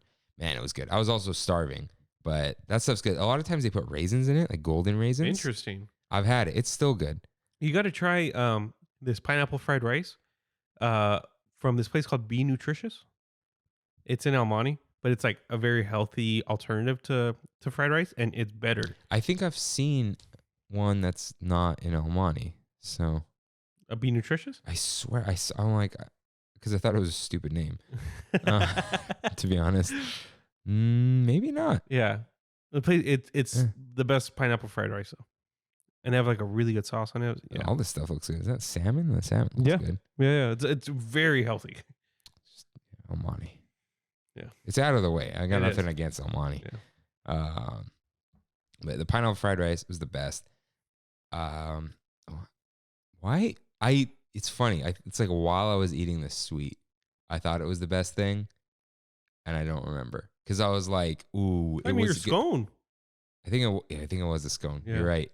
But Kev's ube brownies. Those are. Hey, I'm saving this right here. Yeah. No, I because he brought them to work. That's why I had it before here. It's so good. Kev, you did a wonderful job. Yeah, it's but that scone just hit. Dude, you know what it is? Like that spiced stuff, the first time you have it in a year, it slaps you. It does. It slaps you with a maple leaf, like does. Just like the fall is here. This year was the year that I've had the most pumpkin spice lattes. Or just pumpkin things. Kimmy was all over that pumpkin cream cold brew. Me too. There was, when's the next time you're going to the parks? The 8th. Oh, I don't know if they'll still have it. But the Joffrey cart has a pumpkin creme brulee cold brew latte. Whoa. With like vanilla. Oh, yeah. All right. I don't know if they'll still have it, but they just opened. So maybe it's got to be like a fall. It's just like a combination of everything that I like. Yeah. Pumpkin and brulee. And cold brew. Yeah. So definitely try that out. So our little topic related question. Playing with your food. I only like one thing about Korean barbecue. Two things. One, kimchi. Kimchi's great. And two, rice paper. No. Is it the brisket? That's the really skinny stuff? Brisket's really thin. The but shaved. Yeah, that's brisket. I love that stuff. You know like bulgogi? It's fine, but I could have like 2 bites of it and then it's just too much. Too much bulgogi, But I think I've gone with one person. The first time I went, second time I went was with my friend Ariana. We used to like hang out after work because we used to work nearby. That's over now. But went there. It's okay. So I've gone in a party, Ryan's going away party when he went to Korea. It was his parents' idea. He thought it was silly. He's like, why would I celebrate with the food I'm going to be eating for the next year? Anyways, so I've gone at a party with one person and with 2 others. The party's the worst. Party's the worst. You never eat. I think it's only good with one other person. It's great with one other because person. you just split it. Yeah. But otherwise, it's everything takes so long, and then good luck getting chicken, dude. I'm not worth it. Yeah. Why would I do that? Yeah, you'd wait 20 minutes before you. No. Yeah. It's like too much work, and you eat like scraps at a time. Just give me my plate of food. I'm happy with Korean barbecue. You just smell like it after. No, yeah, you have to detox. You strip down and shower right after. Yeah. Yeah. I don't like the Benihana style thing. Oh, I love hibachi. Tokyo Wako and all that. Shout out to what's it called? Not Samurai's. Is that what it's called? The one in Pasadena. I don't know, but it's dude. Shogun. You're paying for the show. It's good though. It's good food. No, the food's not good. I like the food. No, I've gone to Benihana and I've gone to Tokyo Wako. The food is not good. Gotta go to Shogun. No, it's not gonna, dude. That food would be better and cheaper and better once again if you just ordered it as a plate. That's why I go to Outback. That is not the correct answer. That's not the right response here. Oh, the Boomerita. Shout out. What? The Boomerita. It's a boomerang with a flight of margaritas on it. Oh my God. Randy and I knew that we reached peak old people. Peak boomer. Peak boomer. With the Boomerita. Yeah. Not quite there yet. But what? Like I don't like the build your own food thing. Yeah. No, I get it. I enjoy it. Like a taco bar. Just give me tacos. I don't want to construct this. Yeah. Oh, make your own pancake station. How about you come up with a great recipe for pancakes and serve it to me? I understand. I understand where you're coming from. Yeah. And cooking's different. Mm-hmm. But like, even like, I always make our plates when you get here, when I make food. The only time I didn't is we had tacos and I was making the tortillas and there was like hot beef. And I'm like, oh, just take as much as you want. Yeah. But like, even that, I was annoyed by my own setup. There was no other way to do it. You know what I mean? Yeah. But I don't know. What's your favorite play with your food? Yeah, or interactive food experience. I don't like buffets either. Yeah, buffets aren't not for me. You know what I despise more than anything? Revolving sushi places. I've never been to one. It's not good, dude. There's no point. Right? It's not. I don't want all the sushi that nobody else wants that stays on the. And that's been just spinning around for how long? Yeah, I want the stuff that everyone else wants. Yeah, the basic stuff. I mean, that's my fault for wanting that, But what do you get? It you don't get nigiri though. The fish on top of no. I love that. No, fresh cold fish. No, I typically get bento boxes. So you don't even give me like a like a 6-piece California roll or I won't even touch fake crab meat. Really? It sickens me. Not like I'm too good for it. It's gross. Yeah, I like it. Like I've gotten sick off of it before. You know what I do like a lot is eel. Yeah. Yeah. Because of the eel sauce too. Yeah, like dragon rolls. Good, delicious. Yeah. Oh, that stuff's good. Oh, I like tempura shrimp. Oh, of course. Whoa. Tempura shrimp in a roll. Yeah. Oh, even better. I still love how long it took me to realize why Philadelphia rolls are called that. See the cream cheese, get it out of here. And it makes me gag. I like those. Kevin, that's like a guilty pleasure with cucumber, cream cheese, and rice. Like, come on. Yeah. You know what? I do like one of these things. Frozen yogurt. Froyo. It's kind of fun. Because you can... Yeah. No, I get it. I just throw circus animals because I want to eat a couple of them. I always get gummy worms in there because I want them also. Yeah. And I like them cold. Put some marshmallow sauce on? Yeah, sure. Whatever you want. And I do like Golden Spoon, though. They do it for you. Oh, Golden Spoon's great. You know what I love about Golden Spoon? It's like $2. You get the mini. Yeah. And you know what I'm talking? The cup that's this big. And they fill in. There's no hole. They fill it all the way up and pack the sides. And it's like, it takes a while to eat that thing. Shout out to my Aunt Nighty, Autumn's mom, who used to take us to Whitwood when Golden Spoon. There was a Golden Spoon in Whitwood Mall? The outside, when Whitwood was outside. Yeah. When they redid it. Yeah. You know where the fountain is? Mm-hmm. Right next to it. There was a Golden Spoon there? First thing that was there when they redid it was Golden Spoon. And then it eventually closed and there's multiple failed froyo places there. Oh, I see. But Golden Spoon, like we used to just grab that and chill out at the fountain and eat. That's cool. But yeah, I like froyo is kind of fun. And you know what bothers me? When people oh, it's a ripoff. The toppings are heavy or something. And I'm like, the froyo's heavier, first of all, and you get way more out of it. Secondly, dude, I've gotten more than I can eat, and it's like $4. What are you whining about? Yeah. And then like Menchie's has all those deals, like buy one, go one free. I haven't even partaketh. In a Whatever, coupon. partaken, probably partaken Yeah. in any of those. But it's like, it's fun. It's not that, it's not expensive. Yeah. Like, this doesn't play with your food. Last thought though, people say See's Candies is expensive. I'm like, dude, I eat maximum 3 pieces of chocolate and it's like $2.40. It's delicious. No, you know what I'm saying? Yeah. Yeah. Like, No, that's worth. I don't know what people think is expensive there. Yeah. It's like, oh, you paid $2 something. I'm like, dude, Snickers is $1.50. And you could walk in and get free chocolate. That's the thing. The third piece is the free sample. Yeah.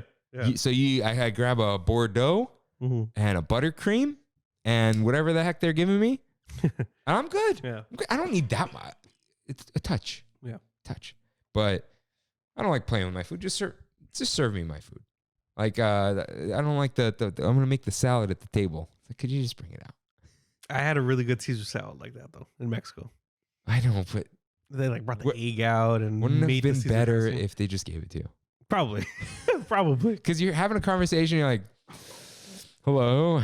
Yeah. You see, you're making a salad. I know how to do that too. Hola. Shut up. You know how to speak Spanish. But yeah, I don't like any of that stuff. But I do like food. I recommend pineapple fried rice. Heck yeah. Check out any Thai food place. They're all great. Actually, Kimmy and I, we were like, really wanted to go to this place, Laguna Thai by the sea. It's like takeout only. We had to go like eat it by the ocean. Like there's no seating or whatever. It was just like mediocre. It was weird. Not that place. Not that place. But any place that says elephant in the name. What? Go there. I've never been to anything that says No? elephant in the There's name. one right by Cal Poly. Yeah. White elephant? No. Or baby elephant. It was baby elephant. That's the Covina thing. No, that's Elephant Bar. Yeah, it's elephant bar. Oh, Don't go to Elephant Bar. R.I.P. elephant bar. Those are delicious chicken strips. Chicken strips? Of all things. They were The great. chicken strips. Yeah, they were No, the best thing at Cal Poly, Ginza. It was a teriyaki place, and they had this white sauce. No one knew what it was. It was amazing. It was called Ginza sauce, I think. I know. Dude, it was a teriyaki bowl. They drizzled teriyaki sauce. And then there was this magic white sauce that was like creamy. It was, dude. Oh, that's hilarious. Let me look at a yeah, it came up. Ginza teriyaki in Pomona. Dude, there's something about it. My friend Eric, shout out to Eric Jorgensen. I don't know where he's at right now, but I'm sure he's happy. He was like, dude, you got to go and you got to get the Ginza sauce. And let's see, Ginza. I'm not that far from there. I might just go there. Right now, you're not. Yeah. Where's the sauce? Was the sauce a myth? Did I It was imagine all it in a my dream. mind? Menu. Come on, where is it? Where is it? Come on. No white sauce. I'm looking for like, is it No if they have soup for you. sauces. It's not here. There's salad dressing, chili paste, teriyaki sauce, spicy. It's like, Where's the sauce? where are the spices? Dude, it wasn't spicy. It's creamy. Where is it? Man, maybe R.I.P. R.I.P. the to superfood Ginza salad sauce, man. Oh yeah, and superfood salad. from the house. Hey, that sandwich I had today was pretty good. The club. Oh, so much mayo. And with that, Thank you guys for listening. We'll see you next week. see you real soon. Bye. Bye.